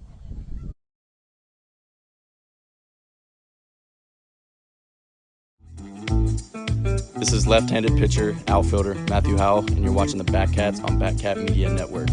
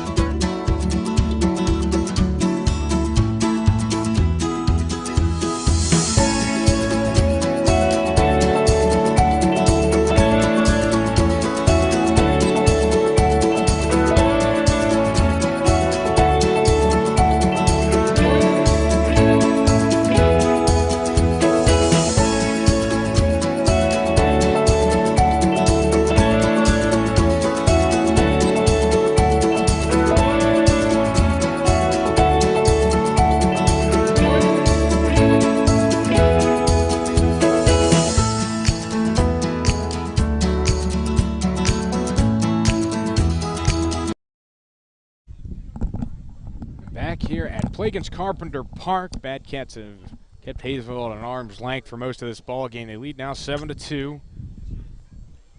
We're in the bottom of the 6th inning. David Stewart is the new arm for the Bad Cats, right-hander. Played last season at Barton. And the first pitch, a breaker at the knees. Kind of buckled him a little bit. First pitch, a new guy, getting a breaking ball. Not the best thing you want to see straight out of the gate. 0-1 pitch, swing and a miss there. 0-2, Cole Klepper in the hole here against David Stewart, who's making his first relief appearance as a Bat Cat. 12 1/3 innings. He has 22 strikeouts to just 6 walks. Hasn't pitched since June the 12th, as he was away from the team for about a week. His last appearance against the Mulvane Patriots, though, a 10 strikeout, 2 walk, 2 hit, no run performance. That one's high. So he definitely bounced back after kind of a rocky start against 316 Elite, where he gave up 5 runs on 5 hits in 5 innings. He's working well in relief here. Looks pretty good out there, especially when you've had the luxury of being off for around 11 days.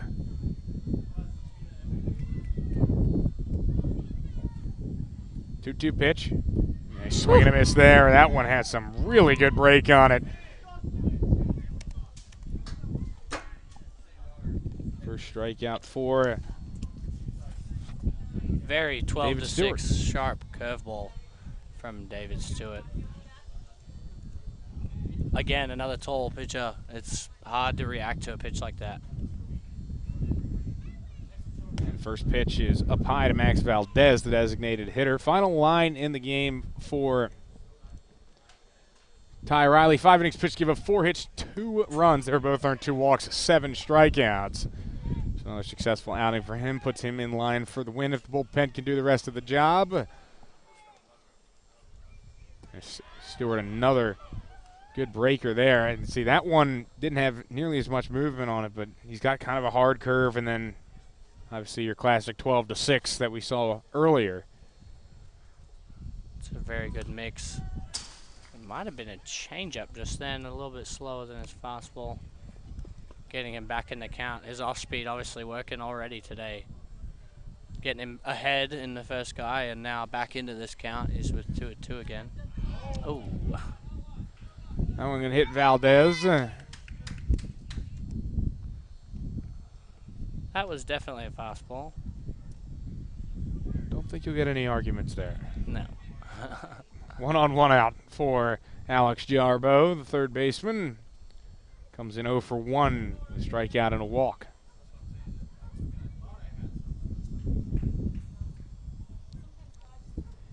Pretty Barton-heavy team we have, actually.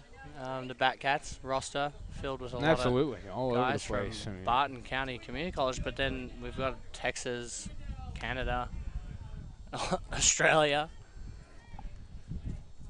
First pitch was foul tipped and held by Cy Schumacher. Roger Wood really put this team together as a junior college heavy team. He likes the attitude that a lot of the junior college guys have. There's a couple Division II guys mixed in. This one's fouled off to make it 0-2. You have Braden Tower and Borea State, certainly Brady Kreitzer over at Fort Hays State. So there's some Division II talent in there. But in addition to that, there's a lot of guys that have been playing junior college baseball and will be playing Division I, like Alex Rogers. This one rolled down the first base side. Going to be a tough play for Stewart, but he fields it nicely, throws to get the out. There was only one play there. Valdez over to second base. Jarbo retired.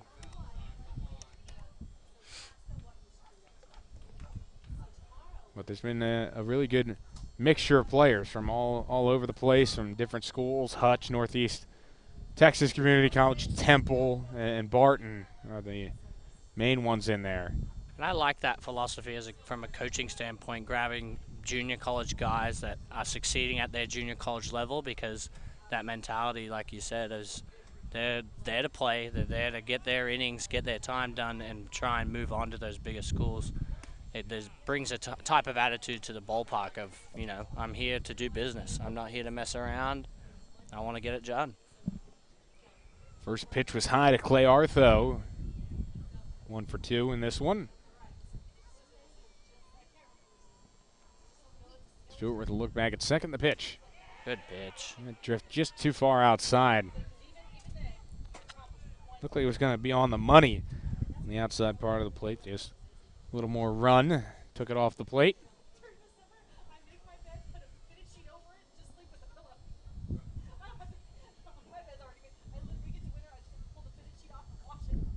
Stewart going to step off here. 2 balls and no strikes to Clay Artho. Funny enough, as much as 2 balls, no strikes isn't a good hit, it's a count that guys do want to swing at a pitch because they're thinking they're going to get a fastball. So sometimes you can get a 3-pitch out. Almost there. Popped foul. He didn't miss that 3-pitch out by much. So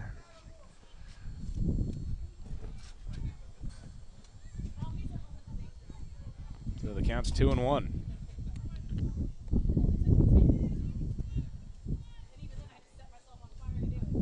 Stewart, waiting for the sign. He'll pump the throw back to second. Be back ready with a 2-1 count. Looks again, he'll step off. Trying again to play the mind games. It's an interesting new rule, having this fake pickoff now when pitchers have to step off in college baseball. One down low. 3 balls and 1 strike. I mean, the rules on pickoffs are kind of going all over the place depending on what league you're in. You know, you've seen the minor leagues where you can only throw over twice, and if you don't get them out on the third one, it's a balk. I didn't even know that. I think that's ridiculous, but yeah, you're right. It's all over the place. And there's going to be a walk on the 3-1 pitch. Artho on, so put him on first and second for Matthew Buffington. I think that, again, is the whole mentality of trying to speed the game up. That's been coming in recent years. Bottom of the lineup here, though, is second to last guy. Not too bad to have an open base walk there. Makes it easy for this third out. Hopefully, still you can get out of this one.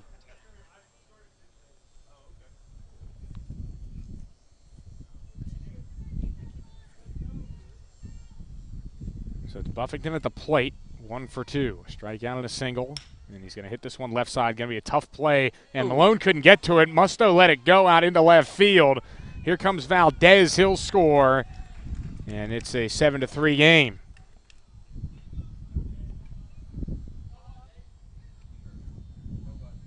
Artho get over to third, and Buffington gets himself an RBI. It looks like Musto had a chance to make that play. I'm not sure he knew exactly where Rathan Malone was on that play. Yeah. Because sometimes that's always one of the harder ones. That 5-6 hole, the basemen, they need to come across and get a ball sometimes before the shortstop because it's going to be too much time, and it's always hard. You got to try and maybe be aware where they're at. Runners on the corners as Dalen Ardoin swings through the first pitch from David Stewart. 0-1. Haysville just hasn't been able to make that full-on push. Get this game close. We've kept a good 4-run lead, haven't we? Yeah, for the most part, and they get a run here, they get a run there. It's kept them from totally getting wiped out in this game, but they're still a big hit away. I mean, that's the thing now. Once you're at this college baseball level, a couple good swings can definitely bring a game back.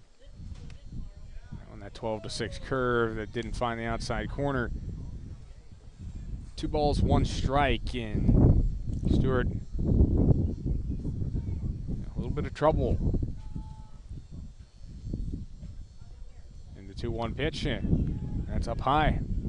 3 balls and 1 strike. Almost waving at that one, but a good take. Stewart on the verge of loading him up. That would bring the tying run to the plate.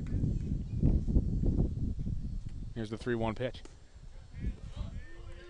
Not a strike there. That fills it up. Big pitch coming here for David.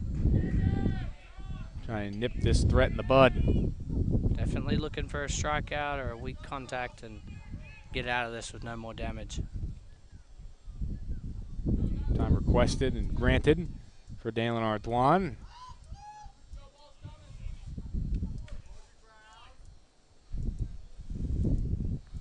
Might go with off speed here, full count. He has been throwing it well. Instead he goes inside and hits Dalen Ardoin with a fastball, and the bases will be loaded. And this will bring up the tying run, and looks like we may see an appearance from John Mariani.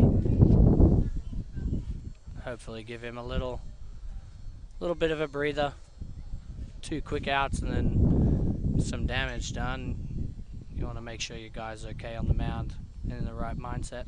Struck out the first hitter, then hit Max Valdez. Alex Jarbo grounded out to David Stewart, right back to him. So had 2 outs, just the 1 on, then Artho walked, Buffington singled, and now Ardoin hit by that last pitch. Bases loaded. Top of the lineup, trying to really get the Aviators back in this one. It's a pretty night here in Haysville. 76 degrees, a little bit cloudy, but a really nice baseball sky out there. Oh, definitely. A little windy, as I'm sure you can hear.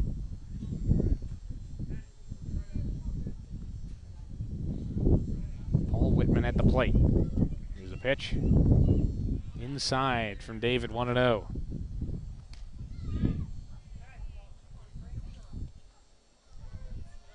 Whitman Top of the lineup now, right? There's a dangerous spot here for Stewart if he can't get this first count. You got Davis Hill and Klepper coming up, and while those guys haven't set the world alight tonight, law of averages says they're due. That's a strike there and a good pitch from David to get him back in the strike zone. 1-1. Yeah, definitely need to get this out here because, like you said, when guys are due, that's when it's going to happen. It's a percentage game. And that one down low, a strike, but right on the corner. 1 ball, 2 strikes. Very commanding with that curveball compared to his fastball so far tonight. Kind of been his go-to pitch to get him over when he needs a strike. Count 1 and 2. Stewart's ahead, trying to leave these bases loaded. The pitch. Breaking ball, swing, and a strike 3, and Stewart gets out of it, only allowing 1 run and leaves the bases full of Aviators in the bottom of the 6th inning. As we go for the 7th, it's 7-3 here at Plagens Carpenter Park. This is infielder Brady Kreitzer. You're watching Batcats Baseball on Batcats Media Network.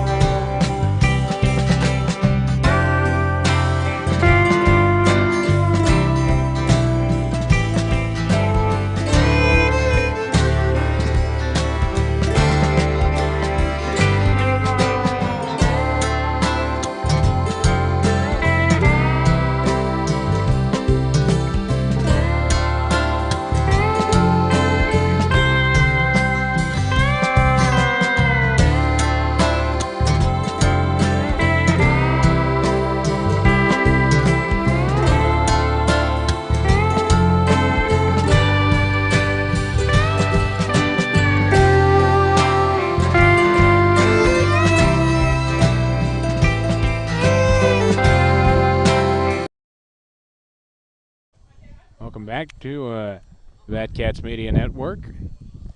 We're into the final third of this game. Batcats with a 7-3 lead. And it'll lead off with Adam Musto. Had a doubles last time up. We'll see a check swing, strike anyway. 0-1. Musto asking if that's the top of the zone. Umpire giving him confirmation. Fouls this one away.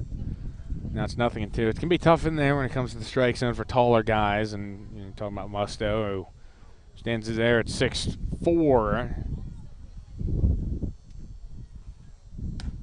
That one too high, 1-2.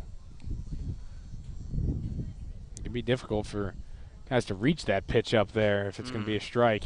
Definitely. And this one grounded to the right side. He was reaching for it. Up with it, Ardoin throws to first, and that's the first out.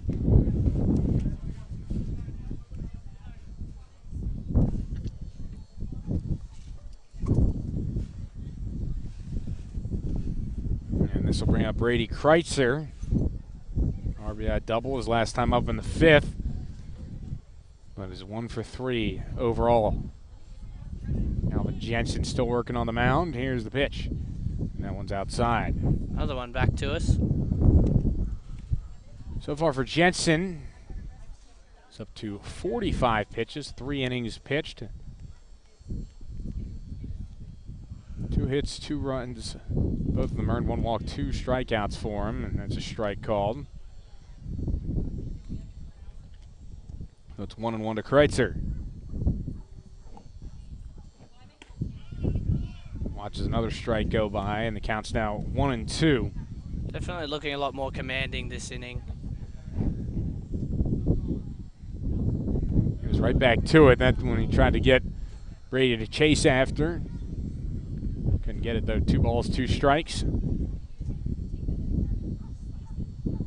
working quickly, Jensen delivers. Swing and a miss. Got him. Good pitch there.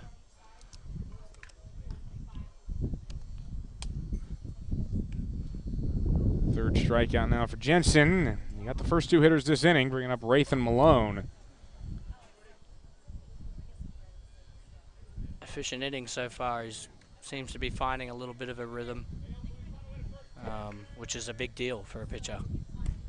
First pitch strike across again. He's been really good with that this inning, getting that first pitch strike across. So important. 0-1 outside. It's a ball and a strike.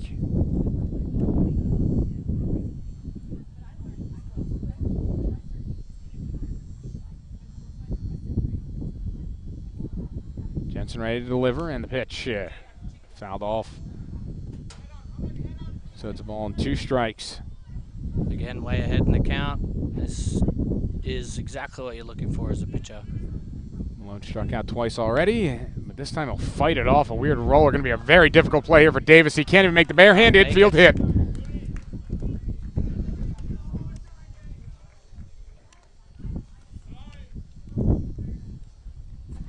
Nathan with another knock. He's started to pick it up recently, as we mentioned earlier. Not the most squared up baseball in terms of exit velocity, but we can, an infield hit's just as good in the book as an outfield one. So that was a jam sandwich too.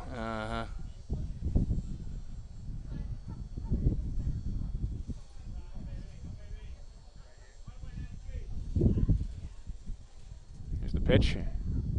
And that hit Cy Schumacher on the arm.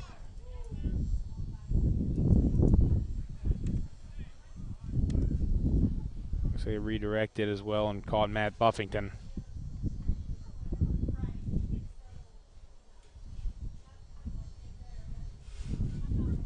Yeah. The Aviators coach is asking if he lent into that pitch, as that's technically not allowed if it was going to be a strike, but it definitely had some late break as a breaking ball and just clipped him on the elbow. There's not much you can do about that one, unfortunately.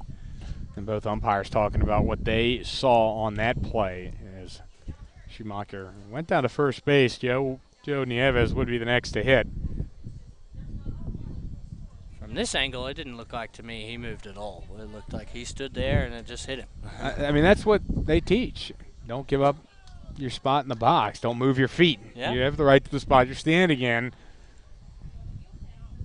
1000%. Catcher not happy about that one.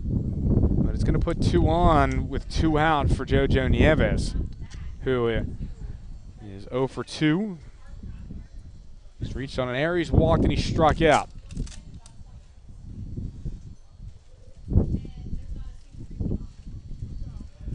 And first pitch is just outside to Nieves. 1 ball, no strikes.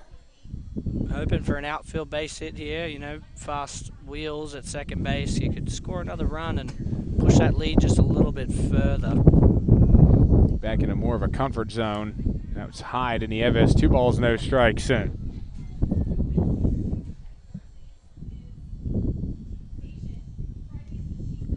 Jensen behind to Nieves. Got to get something over the plate here before you fall too far behind, and he does get one in there as it's fouled away by Nieves.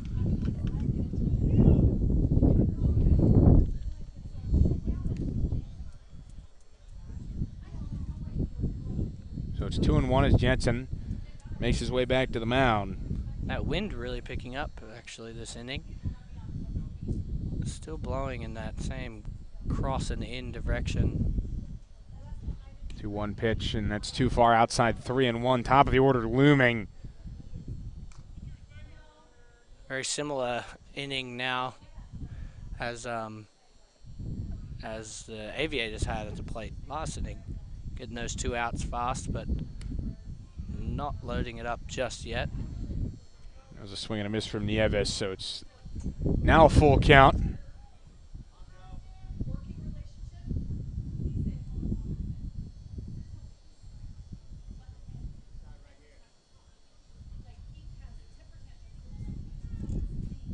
Jensen ready, the pitch. Swing and a miss, got him as the runners were on the move, and that will end the top of the 7th inning. 2 Batcats stranded, and the score stays 7-3 as it's time to stretch here at Plagens Carpenter Park in Haysville.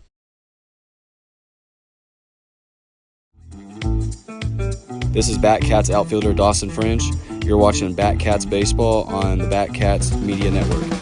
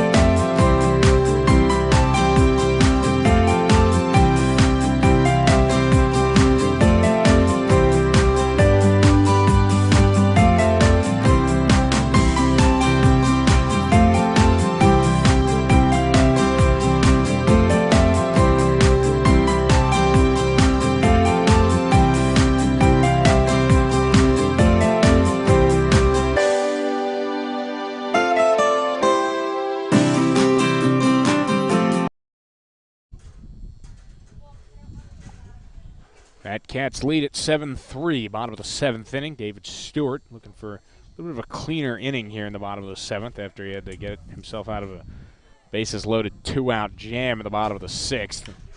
Swinging a fly ball to left field on the first pitch. Kyle Gates has it and makes the catch. Looks like you prophesied that one, hopefully. The 1 pitch out is definitely one of the best outcomes you can get.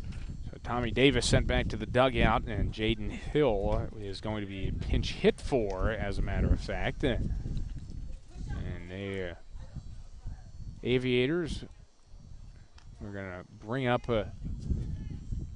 Chance Pollard. First pitch strike, yeah.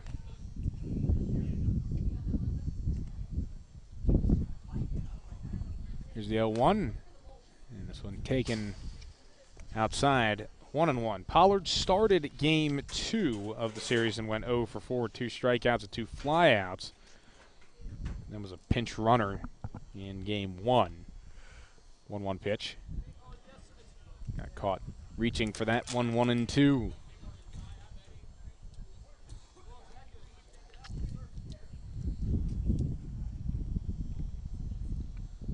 Stewart rears back, fires. Fastball that's in there. No, it's not. Somehow, some way. Cy Schumacher frustrated with the umpire because that looked like it was strike 3 all day. Thought he swung, but that was a check swing. I don't know if he needed it, though. I thought that was a strike with or without the check swing. I did too. 1-2 is fouled away.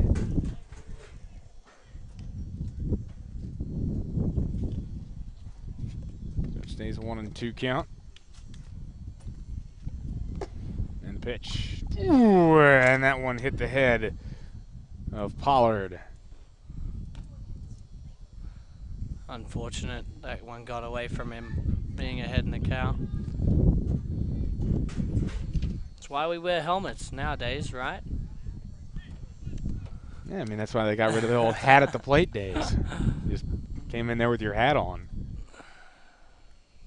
I mean, especially with, people are saying now in college baseball, especially the new fastball is 95. It's not 90 anymore, the new fastball. Everyone thought it used to be a guarantee. If you could throw 97, 98, I mean, you were a lock, really, to get a chance to play professional baseball. And now if you don't know where it's going, I mean, it's not as impressive anymore. There's too many guys throwing that, you know. I think all last season watching the big leagues I couldn't name one relief pitcher that came in without throwing over 96 miles an hour. And that's incredible. Grounded to third. Musto might have a chance at 2 here. Throws to second, but it gets past Kreitzer. It was a bad throw from Musto.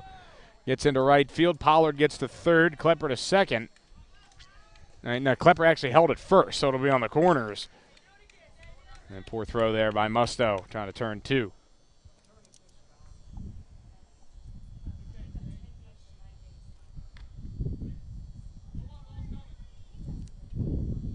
First error on the Bad Cats in this one.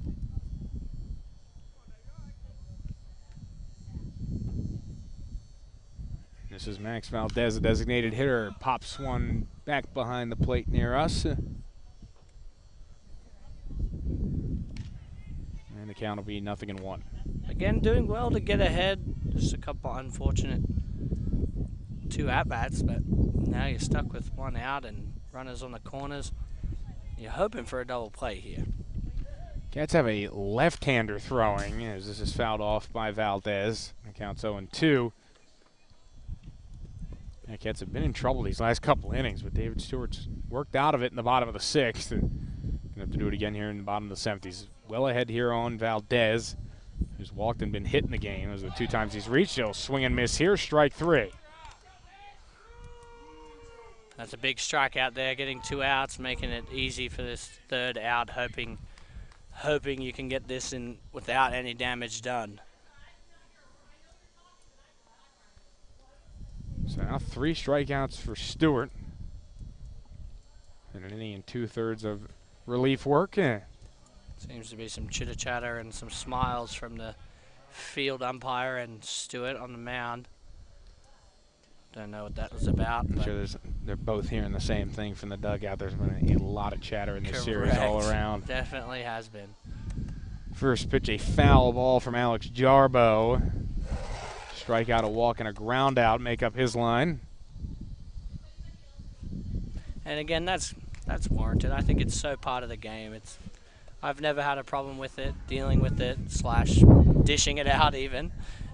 Because it's college baseball. We're all men, and it's a mental game as much as it's physical. I like to quote it all the time, but Yogi Berra, 90% of the game is half mental, so. 1,000%. You could say that's cliche all you want, but it's so true.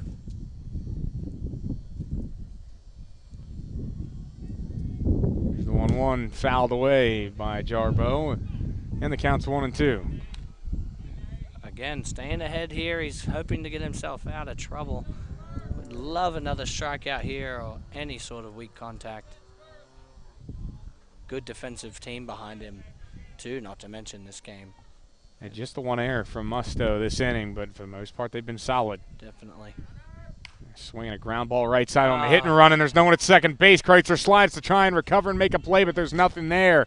And a big hit and run from Colton Flax brings in a run. It was a great call, and Jarbo just hit it where nobody was. It's now 7-4, and the tying run is at the plate. First and third still. It was Pollard that came across to score. Klepper got himself over to third base. And Clay Artho at the plate. The first pitch, he swings and pops up on the infield. Actually, it will drift out towards the outfield. Looks like Silva's ball, and he makes the catch, and that will end the inning.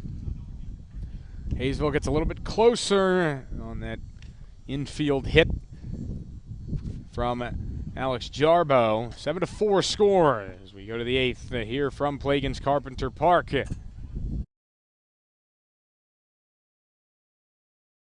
Right here in the center of the whole USA, on the bend of a river, in the heart of the Sunflower State.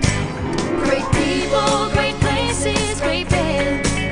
You've got a day, a weekend, or a lifetime to spend with so many things to offer. Come again and again for great people, great places, great band. Great people, great places, great band.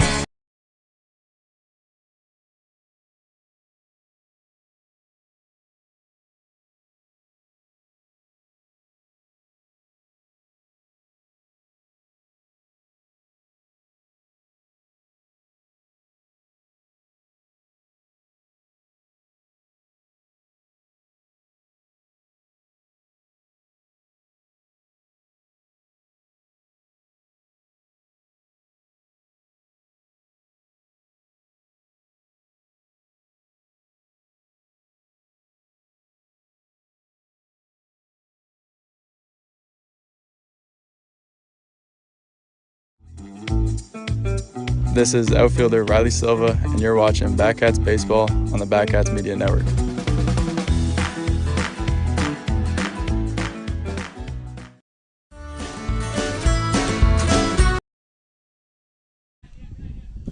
Welcome back here on the Batcats Media Network.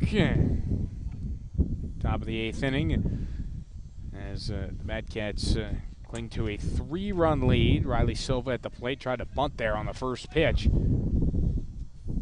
Ended up fouling it away, so we'll go back in again with an 0-1 count. The pitch outside.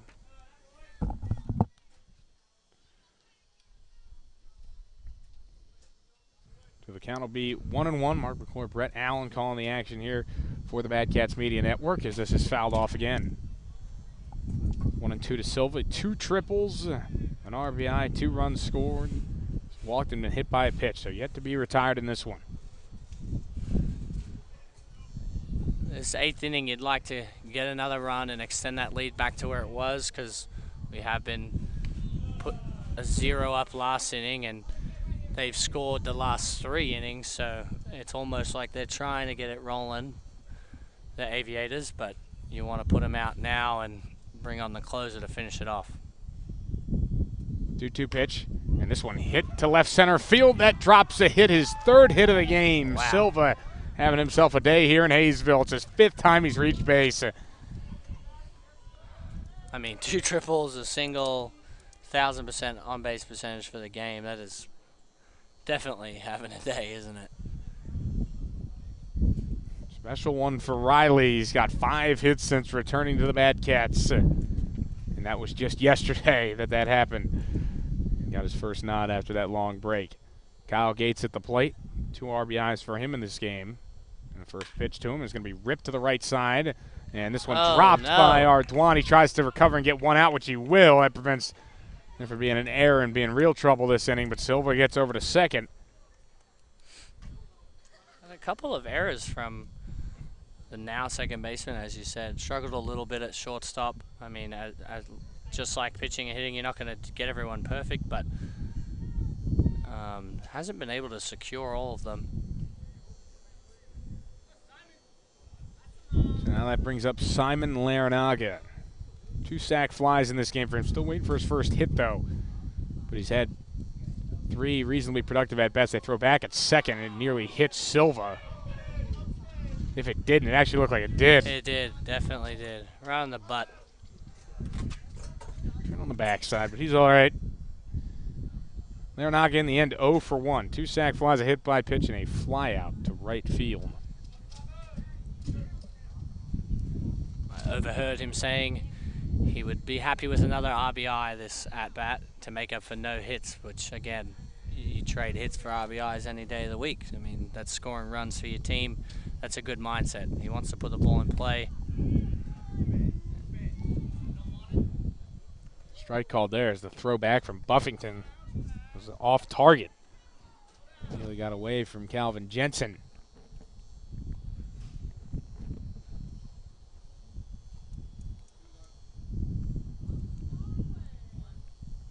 Oh, 1. This one foul tipped by Larinaga. Even 0-2, you want to make sure you execute this pitch well against a guy that's hitting as good as Larinaga, because you can still run into one, you know, go with an off speed and hang that pitch in the zone. It's a guy who's going to punish that. And he's going to get caught watching this one, though, and he knew it was looking for something else, and got caught with the fastball there. Strike 3. It's good pitching, going in there and really challenging him, like we're saying, and minimizing that damage as much as you want to execute your pitch. It's nothing wrong with still just give him another one to get himself out on, and well spotted. So Bodie Waller comes in 0 for 3, but again, this guy can't catch a break. He's been hitting the ball hard, just cannot get one to find the grass. He's swinging a different bat. Maybe that's a superstition, this at-bat. He's pulled out a different one, and hopefully that can get him to have one fall in for this game, because he's hit the ball well, like you said, last night especially, and tonight. And that one inside. Good take. 1 ball, 1 strike. Went just too far inside. Brody trying to give the Mad Cats some more insurance. It's a 3-run game, but Haysville's been picking it up offensively with 1 run in the last 3 innings. Or each of the last 3 innings, I should say. As Waller pops this one up left side, foul ground. Chasing after it is Jarbo, but this one will drop. Way foul.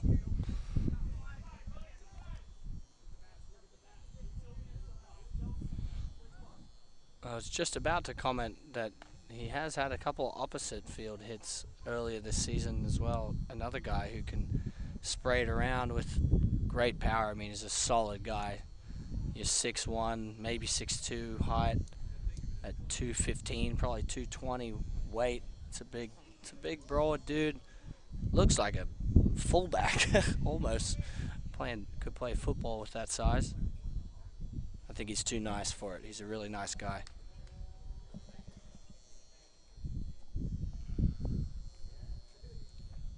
Ready to see a 1-2. Here's the pitch from Jensen. Inside, skips away from the catcher Buffington, getting quickly to third base is Riley Silva.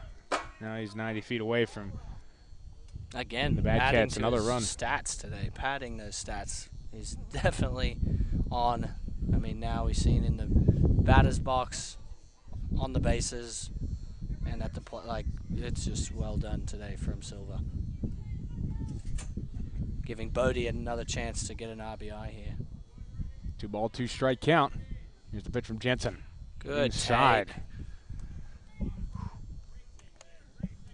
Just got himself out of the way of that one.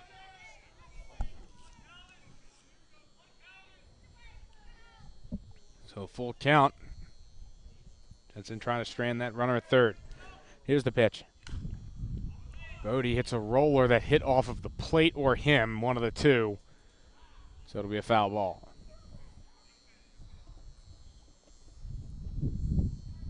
Silva arriving at the plate before that ball is even picked up. Again, you just got to put this ball in play and hope that it gets past the fielder, because that will be a guaranteed run scored with that speed on the bases.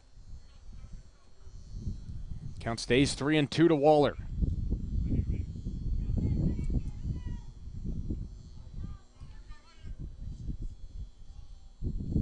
Takes his time before he steps in.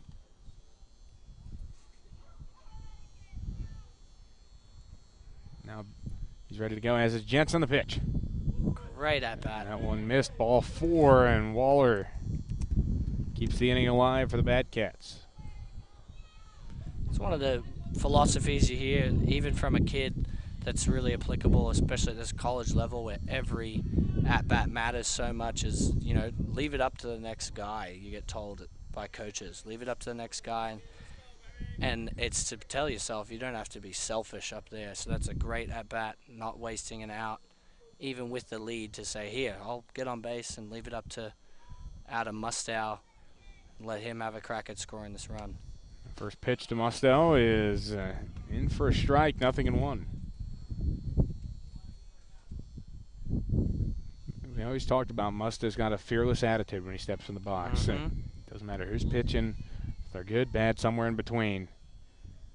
Shoots it all the same as this one's fouled away. The Batcats, again, mentioned it earlier in the season, multiple broadcasts before. He came in and had a great attitude and showed his fearlessness. And there's a wall of 8 lockers in the corner, and he immediately hung up an Australian flag, kind of claimed that corner of the locker room, and really didn't care what anybody thought about it. That's the kind of attitude you need. Going up high, 1 ball, 2 strikes. But then at the same time, nicest guy I'll ever meet. Oh, definitely. Shake your hand. He's a very, very good teammate. I'm happy to play. I've played against him in Australia and on his team in Australia. So definitely someone I'm happy to always be on a team with and be at the ballpark with, sharing the love for baseball together, sharing the same dream. You know, we've both now moved across the world. We've left our families, good paying jobs, because Australia's got good minimum wages, and to become that poor college student athlete, you know, and it's fun. It's a great time. Waller got over to second base there, a stolen bag, and now that pitch inside to Adam Mustow.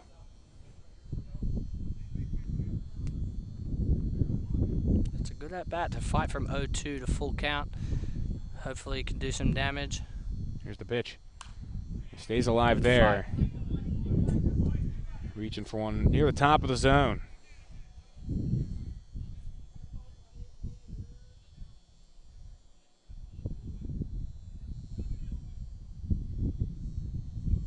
Seems to be seeing the ball well this at bat, so, you know, fastball, curveball is going to come. One of the two. 3-2. Great low, eyes. ball 4. Another great at bat. Batcats are making this really difficult for Calvin Jensen. Bases loaded, and this could be a pivotal spot of this game, depending on how the rest of it goes for Brady Kreitzer. Did he have a base hit last at bat? Is that correct? Or was the one before? But he has. It was the one before that. He had the double in the 5th. Tonight. He struck out his last time off, but he's worked a lot of 3-2 counts. He's made it a challenge for the pitcher. So, again, a good percentage chance to score here. The first pitch is outside, 1 ball, no strikes. So funny. This is definitely the sport I couldn't imagine with all the sports betting and stuff. Baseball would be the worst sport to gamble on, I feel like, since it's such a failure-based sport. You know, you're betting on the chances 3 out of 10 for someone to get a hit, and that's one of the best guys in the league. Like, I have always found that intriguing, that people can find a love for that, and I'm like, that's ridiculous. That's on the outside corner, 1 ball and 2 strikes. There's just so many variables to it. Too many. Lead to success or failure. That makes it such a challenge to predict what's going to happen in a ball game. 1-2. Outside, 2 balls, 2 strikes. Again, the Haysville Aviators wanted it badly, didn't get the call. I mean, even you could put a pitching machine out to pitch for both teams, throwing the same exact pitch and speed every time, and you're not going to get a base hit or a home run every at-bat, and that's what's incredible. It's a misconception that, I mean, you can get one right down the middle and at 75, and it still may not go the way you want it to. Maybe you come out of your mechanics. You never know any of the other things that go down on that swing. That cause, I mean, Even in the home run derby, that's why not. Everyone drills one over the fence every pitch. Exactly. 2-2. And that's going to be on the outside corner. Strike 3, and the bases are left full of Bad-Cats in the top of the 8th inning. That was some big pitching from Calvin Jensen, and keeps this a 3-run game. Bottom of the 8th is up next after this break.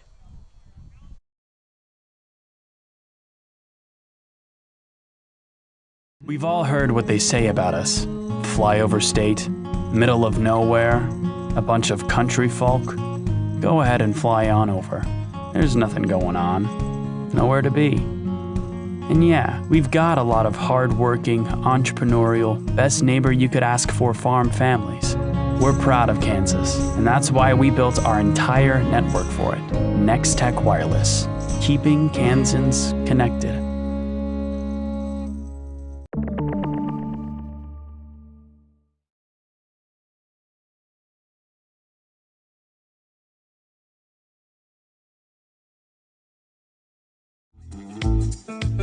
This is pitcher David Stewart. You're watching Batcats Media Network, home of the Great Bend Batcats.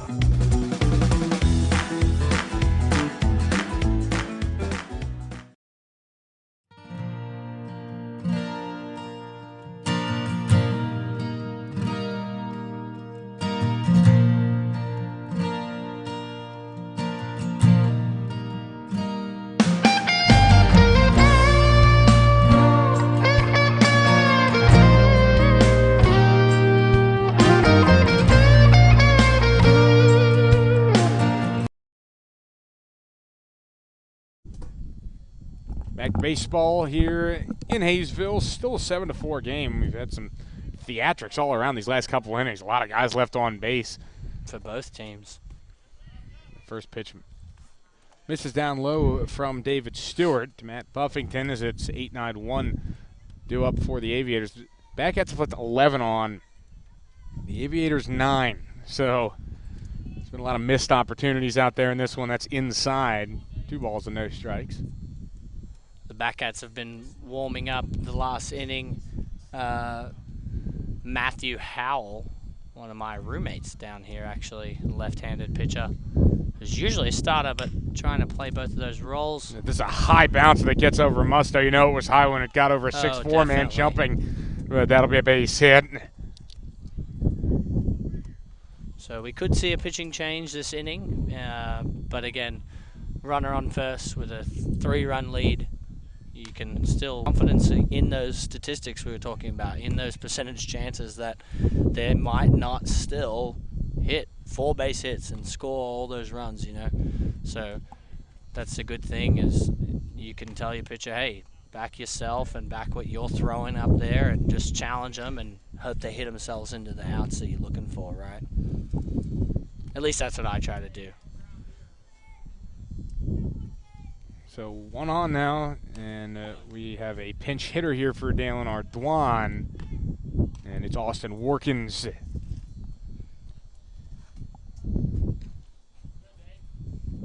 Ardoin had been 0 for 1 with a strikeout, a sac bunt, and a hit by pitch. The pitch to Workins, he goes golfing there and missed it, nothing in 2. Workins played in 2 games of this series. Played in game 1, went 1 for 3, and then went 1 for 4 in the game yesterday.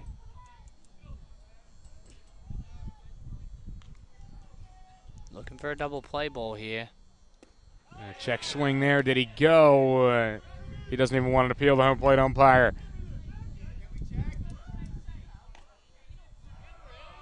Home plate umpire simply says, I'm not going to check that.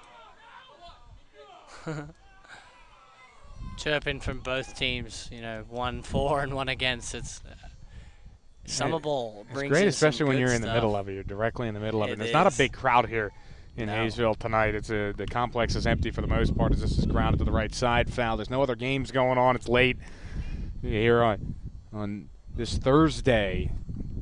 It's a nice night, but again, just not a big crowd. Not a lot of people in general hanging around this area. So there's like this silence, so you can hear everything going on the field. Yes, definitely everything. And sometimes we just hope the microphones don't pick it all up on the broadcast. Swing and a miss there, strike 3. But That has been a classic one from the Batcats, talking about the ball not lying, meaning, all right, we all are arguing about a call and either side, but the next pitch is going to decide. That ball's going to tell us, all right, who was right. It stems from old basketball saying coined by Rasheed Wallace when he was with the Portland Trail Blazers about fouls and bad foul calls, and if they didn't make the free throws when the ball doesn't lie. So it's kind of extended its way to other sports. That's awesome. I didn't know that. I mean, it makes sense. The proof will be there when somebody, squares it up, and same thing in baseball. Next pitch, you got to attack that guy and see who was right. So that was the first out of the inning. John Mariani came out to talk with David Stewart, but he heads back into the dugout, and we have a first pitch strike here to Paul Whitman.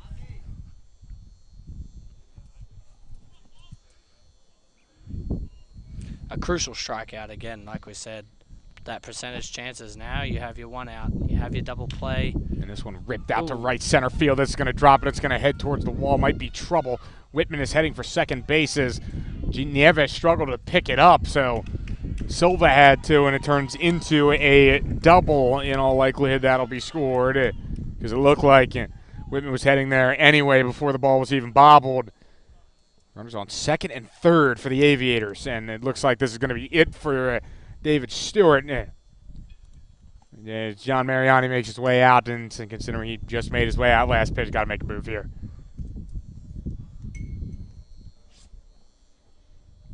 Talked about this before in yesterday's game. John Mariani kind of likes to let things solve themselves when he can.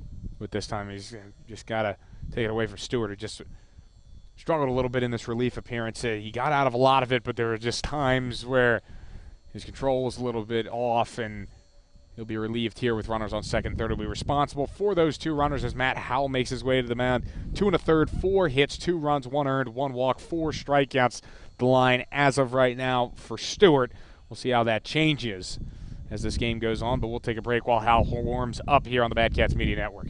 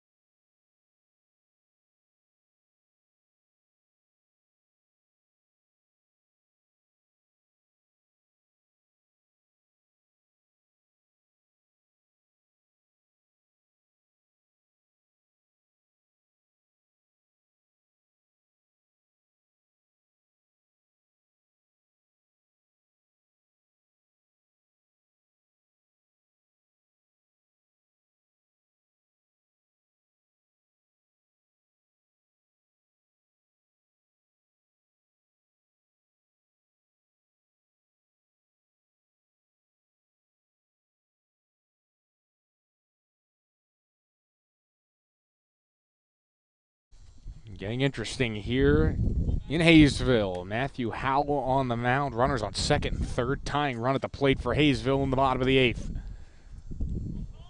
We'll see how this one concludes here in Haysville. Aviators looking for a split against the conference-leading Batcats. First pitch from Howell is on the outside corner, strike. Pretty powerful fastball from the lefty, Matthew Howell.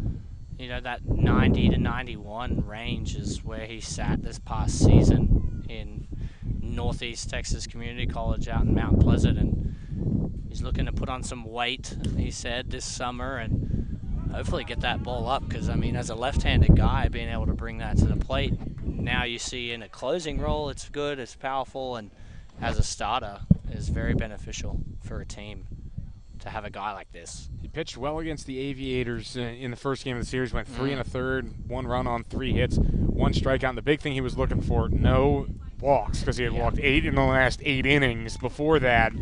So that was a good bounce back for him. He did only strike out 1, but the soft contact is fine, and everyone will take that. Definitely. And this one, swing and a miss. Strike 3, and Howell with a big strikeout of Tommy Davis.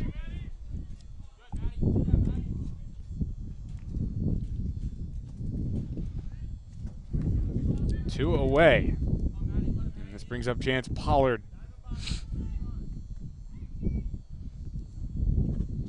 First pitch to him. Good strike on the spot. inside corner. His control's really been a lot better. Looks great tonight. Coming right out of the bullpen as a normal starter. He's looking good. He can really rear back and let it eat. Swing and a miss there, and he's just going exclusively fastball right now. And that's great. That's what you have to do in this situation, is come out and not be afraid of these hitters, because it, again, is a percentage game. We can't preach it enough. And attacking them is what you have to do. Challenge them. Make them score the runs that we got on for them, you know, those kind of mistakes. And so far, 0-2. Only going fastballs here. Here's the 0-2 pitch. Try to break one off there, and it gets through. Cy Schumacher sprinting home is Buffington, and he just gets in underneath the tag. And it's a 7-5 game that could turn out to be a big run, especially if they can't get anything else this inning to have gotten a wild pitch. That'll probably be in as a pass ball, actually, as a matter of fact. Just got through Cy Schumacher. Definitely. Not the one you're looking for, but, again, still have a 2-run lead. It's okay, but 1-2 on the batter. He still has the advantage. And Cy's going to go out and have a little chat to Matty Ice, as we call him. Matty Ice, Iceman, Matt. He gets it all. He's had everything so far this season. He's transitioned to be more of a pitcher primary for the Bad Cats. He came in as an outfield pitcher hybrid, but since I've been using him out of the bullpen, you don't want to overwork him if you're playing him in the outfield, and then you have to bring him in relief. So they've been kind of focusing him ever since they've removed him from the rotation for the time being. He's been exclusively working as a pitcher. Here's the pitch. Swing and a miss, and Howell gets out of the inning as Pollard goes down on the 1-2 pitch. 7-5 as one more crosses the plate for the Haysville Aviators. Final frame is up next when we come back on the Bad Cats Media Network.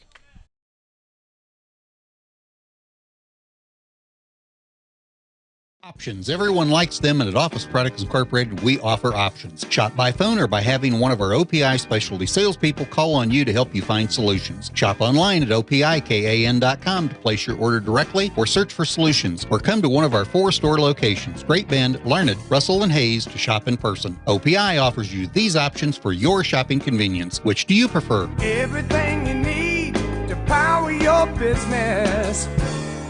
OPI.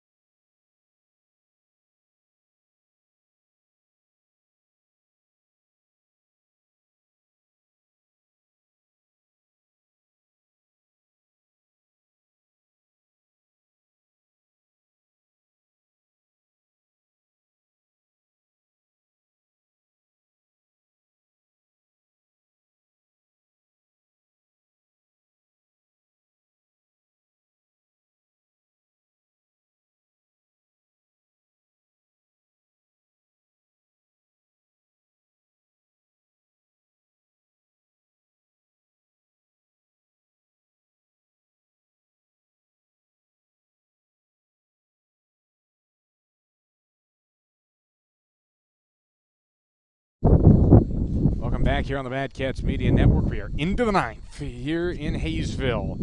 And the first pitch across to Rathan Malone is swung on and missed. It is strike one. New pitcher on the mound here for the Aviators is Arturo Ramirez, the 5'9", 210-pound lefty that the Bad Cats could not get anything off of. In game one of the series, the lefty gave up one hit, and that was it. No walks, 5 strikeouts in 5 innings. 1-1.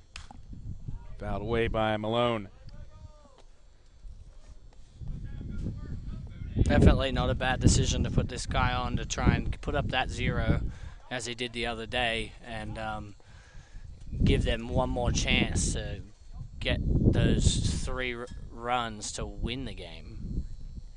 Here's a set in the pitch, fouled back by Malone, so it'll stay 1-2. The Bad Cats went 1, 2, 3 in all 5 innings he pitched. Yep. He gave up 1 hit to JoJo Nieves, and then he was immediately picked off. It was definitely a very good outing. Very lights out. I mean, and it came down to he was ahead on a lot of the hitters going 1, 2, 3. You have to be. Questionable call there, strikes out. There's Malone there. Malone. Strikes. It's the bottom of the order. It's a tough spot for the Bad Cats, and they need some insurance. Malone, Schumacher, Nieves are due up. You really just want to hope at this stage you can get some runners on and get to the top of the lineup. With Silva batting so well tonight, this would be the guy that could get you some extra insurance runs. First pitch strike there to Cy Schumacher. He's hitless today, but he's actually only 0 for 1. He's got a ground out. He's walked twice and been hit by a pitch. It'll be an 0-1 breaking ball that Cy watches go by, and Ramirez looking as good as he looked on Monday. Indeed. Again, this is Cy's second time seeing Ramirez on the mound. He caught in the game that he was pitching, so he hasn't had the best record against him, but hopefully this can get turned around. 0-2 pitch, just wow outside. Ramirez jumping around near the mound, thought that was strike 3.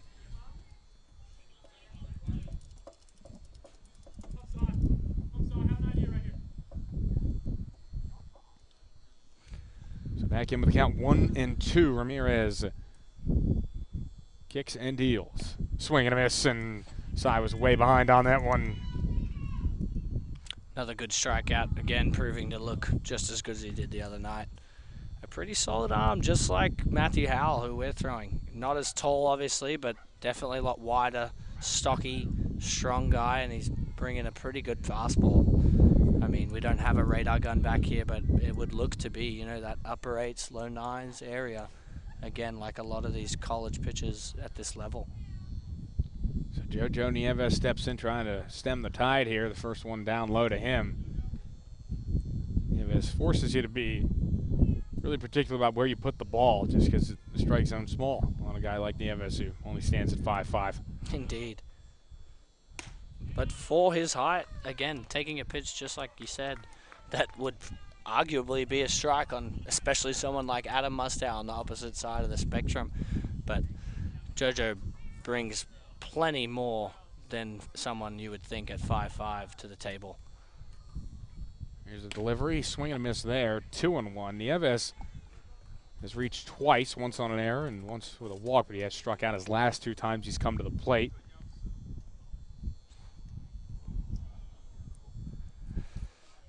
Ramirez with a 2-1 count. Swing and a miss there, 2 balls and 2 strikes. So Ramirez fights back in the zone after falling behind 2-0. He's seen the tight slider and now the firm fastball we saw in his warm-up. Ramirez could give him a changeup, a slower 12-6 curveball. This 2-2 action count is advantageous for Ramirez. Looking to strike out the side, not on this pitch though, that one at eye level. Either way, regardless of the win or the loss as a pitcher, you still need to look at yourself as individual as you can, even though it's a team sport, and say, hey, I threw really well against these guys. Even if we lose or win this series, split the series, sorry, it's you can't really be mad at yourself for anything. He's pitched really well. Payoff pitch. Swing and a miss, Scott Nieves, third time he struck out in the game, and he strikes out the side in the top of the ninth, keeps this a 7-5 game, giving Haysville every opportunity as he's barking at the Bad Cats dugout, but it'll be helped off of the field by one of the Aviators down there, and it is a 2-run advantage for the Cats they will try to hold on to when we come back here on the Bad Cats Media Network.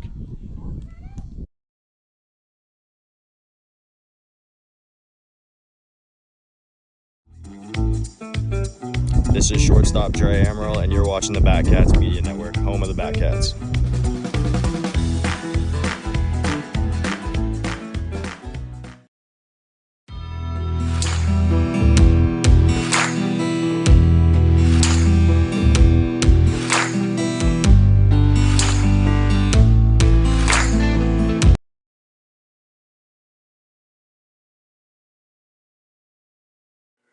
Hi, this is Roger Ward, head coach of the Great Bend Batcats. I hope you're enjoying the free broadcast of tonight's game. Please consider donating to our interns who make this possible for the organization. Our donation link can be found in the chat at this time as well as in the video description. Enjoy the rest of the game and go Batcats.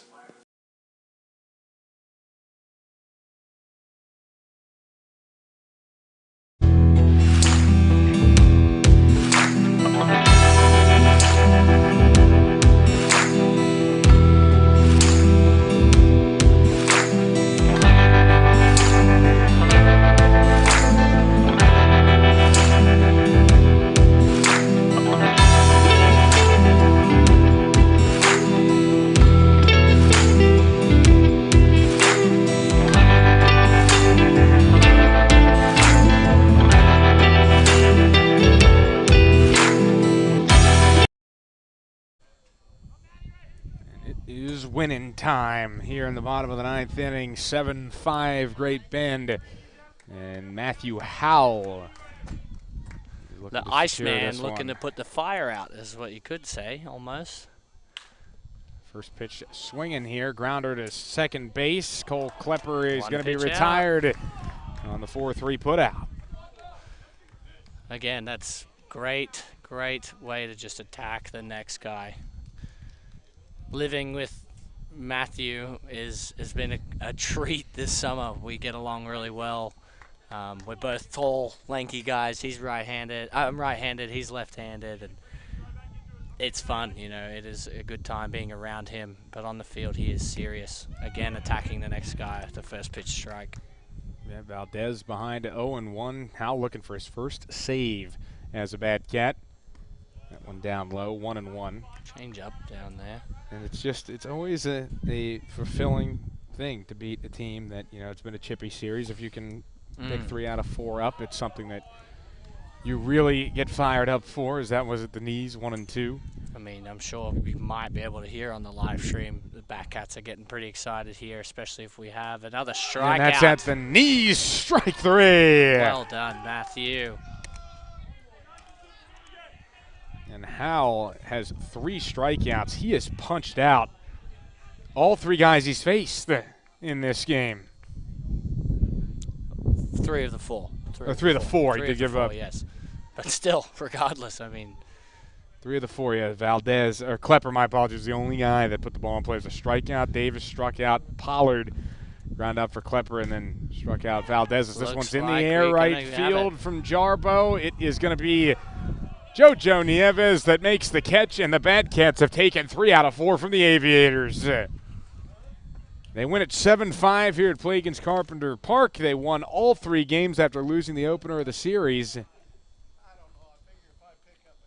And Colton Flax had something he was shouting.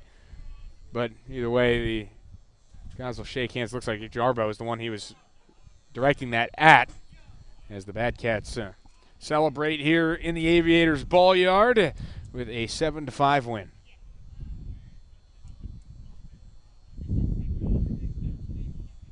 What a good game. Good series. And you can see guys waving away and all that kind of good stuff for the Bad Cats as They continue to hold on to that top spot in the conference, and they'll try to keep things up. They have a day off tomorrow, and then they'll be back battling against a very good Hutchinson Monarchs team starting on Saturday. That series starts off at Al Burns Memorial Field, and we hope to see you there for that one, either at Al Burns or here on the Bad Cats Media Network. So make sure to tune in for that one. Should be a very good ball game. But we're going to step aside here on the Bad Cats Media Network, get the post-game show in order when we come back here on the Cats Media Network.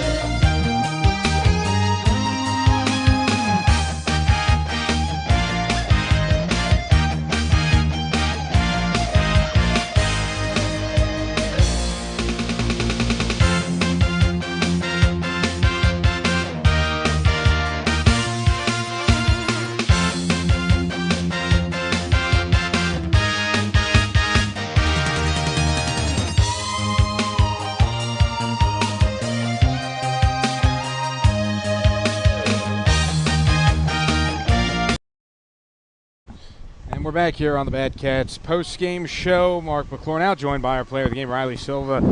Riley, 3 for 3, 2 triples. He was walked, hit by pitch, 2 runs, and an RBI. And Riley, you kind of been away for the team for a little bit, and then you come back yesterday, get your first start, and now all of a sudden, 5 hits in these 2 games back. What's been working for you at the plate? I mean, at Barton, all we really do for me is work opposite field. My coach, Biggs, that's all he really focuses me on, just hit opposite field and clear those working. Middle, outside, just hit it on the outside.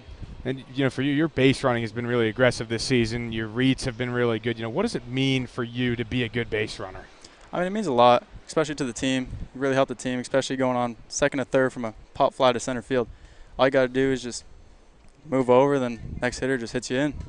And for you, working at the top of the lineup, how have you adjusted to that, with Alex Rogers kind of being hurt and you filling in that spot? I mean, it's a big thing. Raj obviously does his own thing. He's one of the best at the top of the lineup, and just got to do my thing to keep it going. I got to keep the top of the lineup hot. So. And team picks up 3 out of 4 here against the Aviators with a tough series coming up in Hutch. How does this team keep this momentum going? Obviously, the energy was huge. Today it was a little lacking, but the team always has the best energy. So just energy, it's all it really is. Thanks for joining us, Riley. We'll be ready to roll and get this thing closed up when we come back here on the Bad Cats Media Network.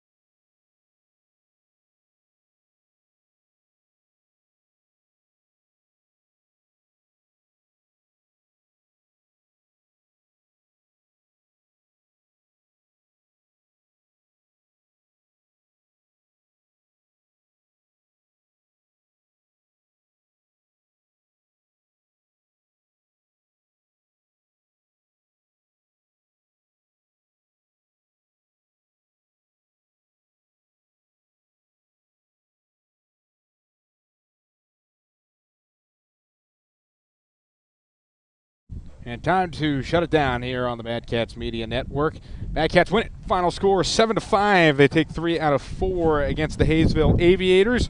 Won the last 3, too, after losing the opening game here in walk-off fashion. But they roared back with 8-1, 6-3, and now 7-5 victories, respectively, to win their 4th straight series in the Sunflower Collegiate League, and they will be back in action tomorrow. Or actually, my apologies, they're off tomorrow. They'll be back in action on Saturday against the Hutchinson Monarchs at Alburns Memorial Field, 7 o'clock first pitch there. Should be another really exciting series for the Bad Cats, as they are now 18-3 on the season, while the Aviators dropped to 6-9, still just struggling here in the early going as they sit in 6th place in the conference standings. But the Bad Cats keep it rolling, and they're going to try and keep it rolling against a tough Hutch Monarchs team that comes in as of right now at 3rd place in the Sunflower Collegiate League. Probably the stiffest competition the Cats have faced to this point in this season. But that's going to do it for us here from Plagens Carpenter Park. For the entire Bad Cats Media Network crew, man who helped me out today on the broadcast, Brett Allen, thank you again for listening. My name is Mark McClure for the final time from Haysville. Cats win it 7-5.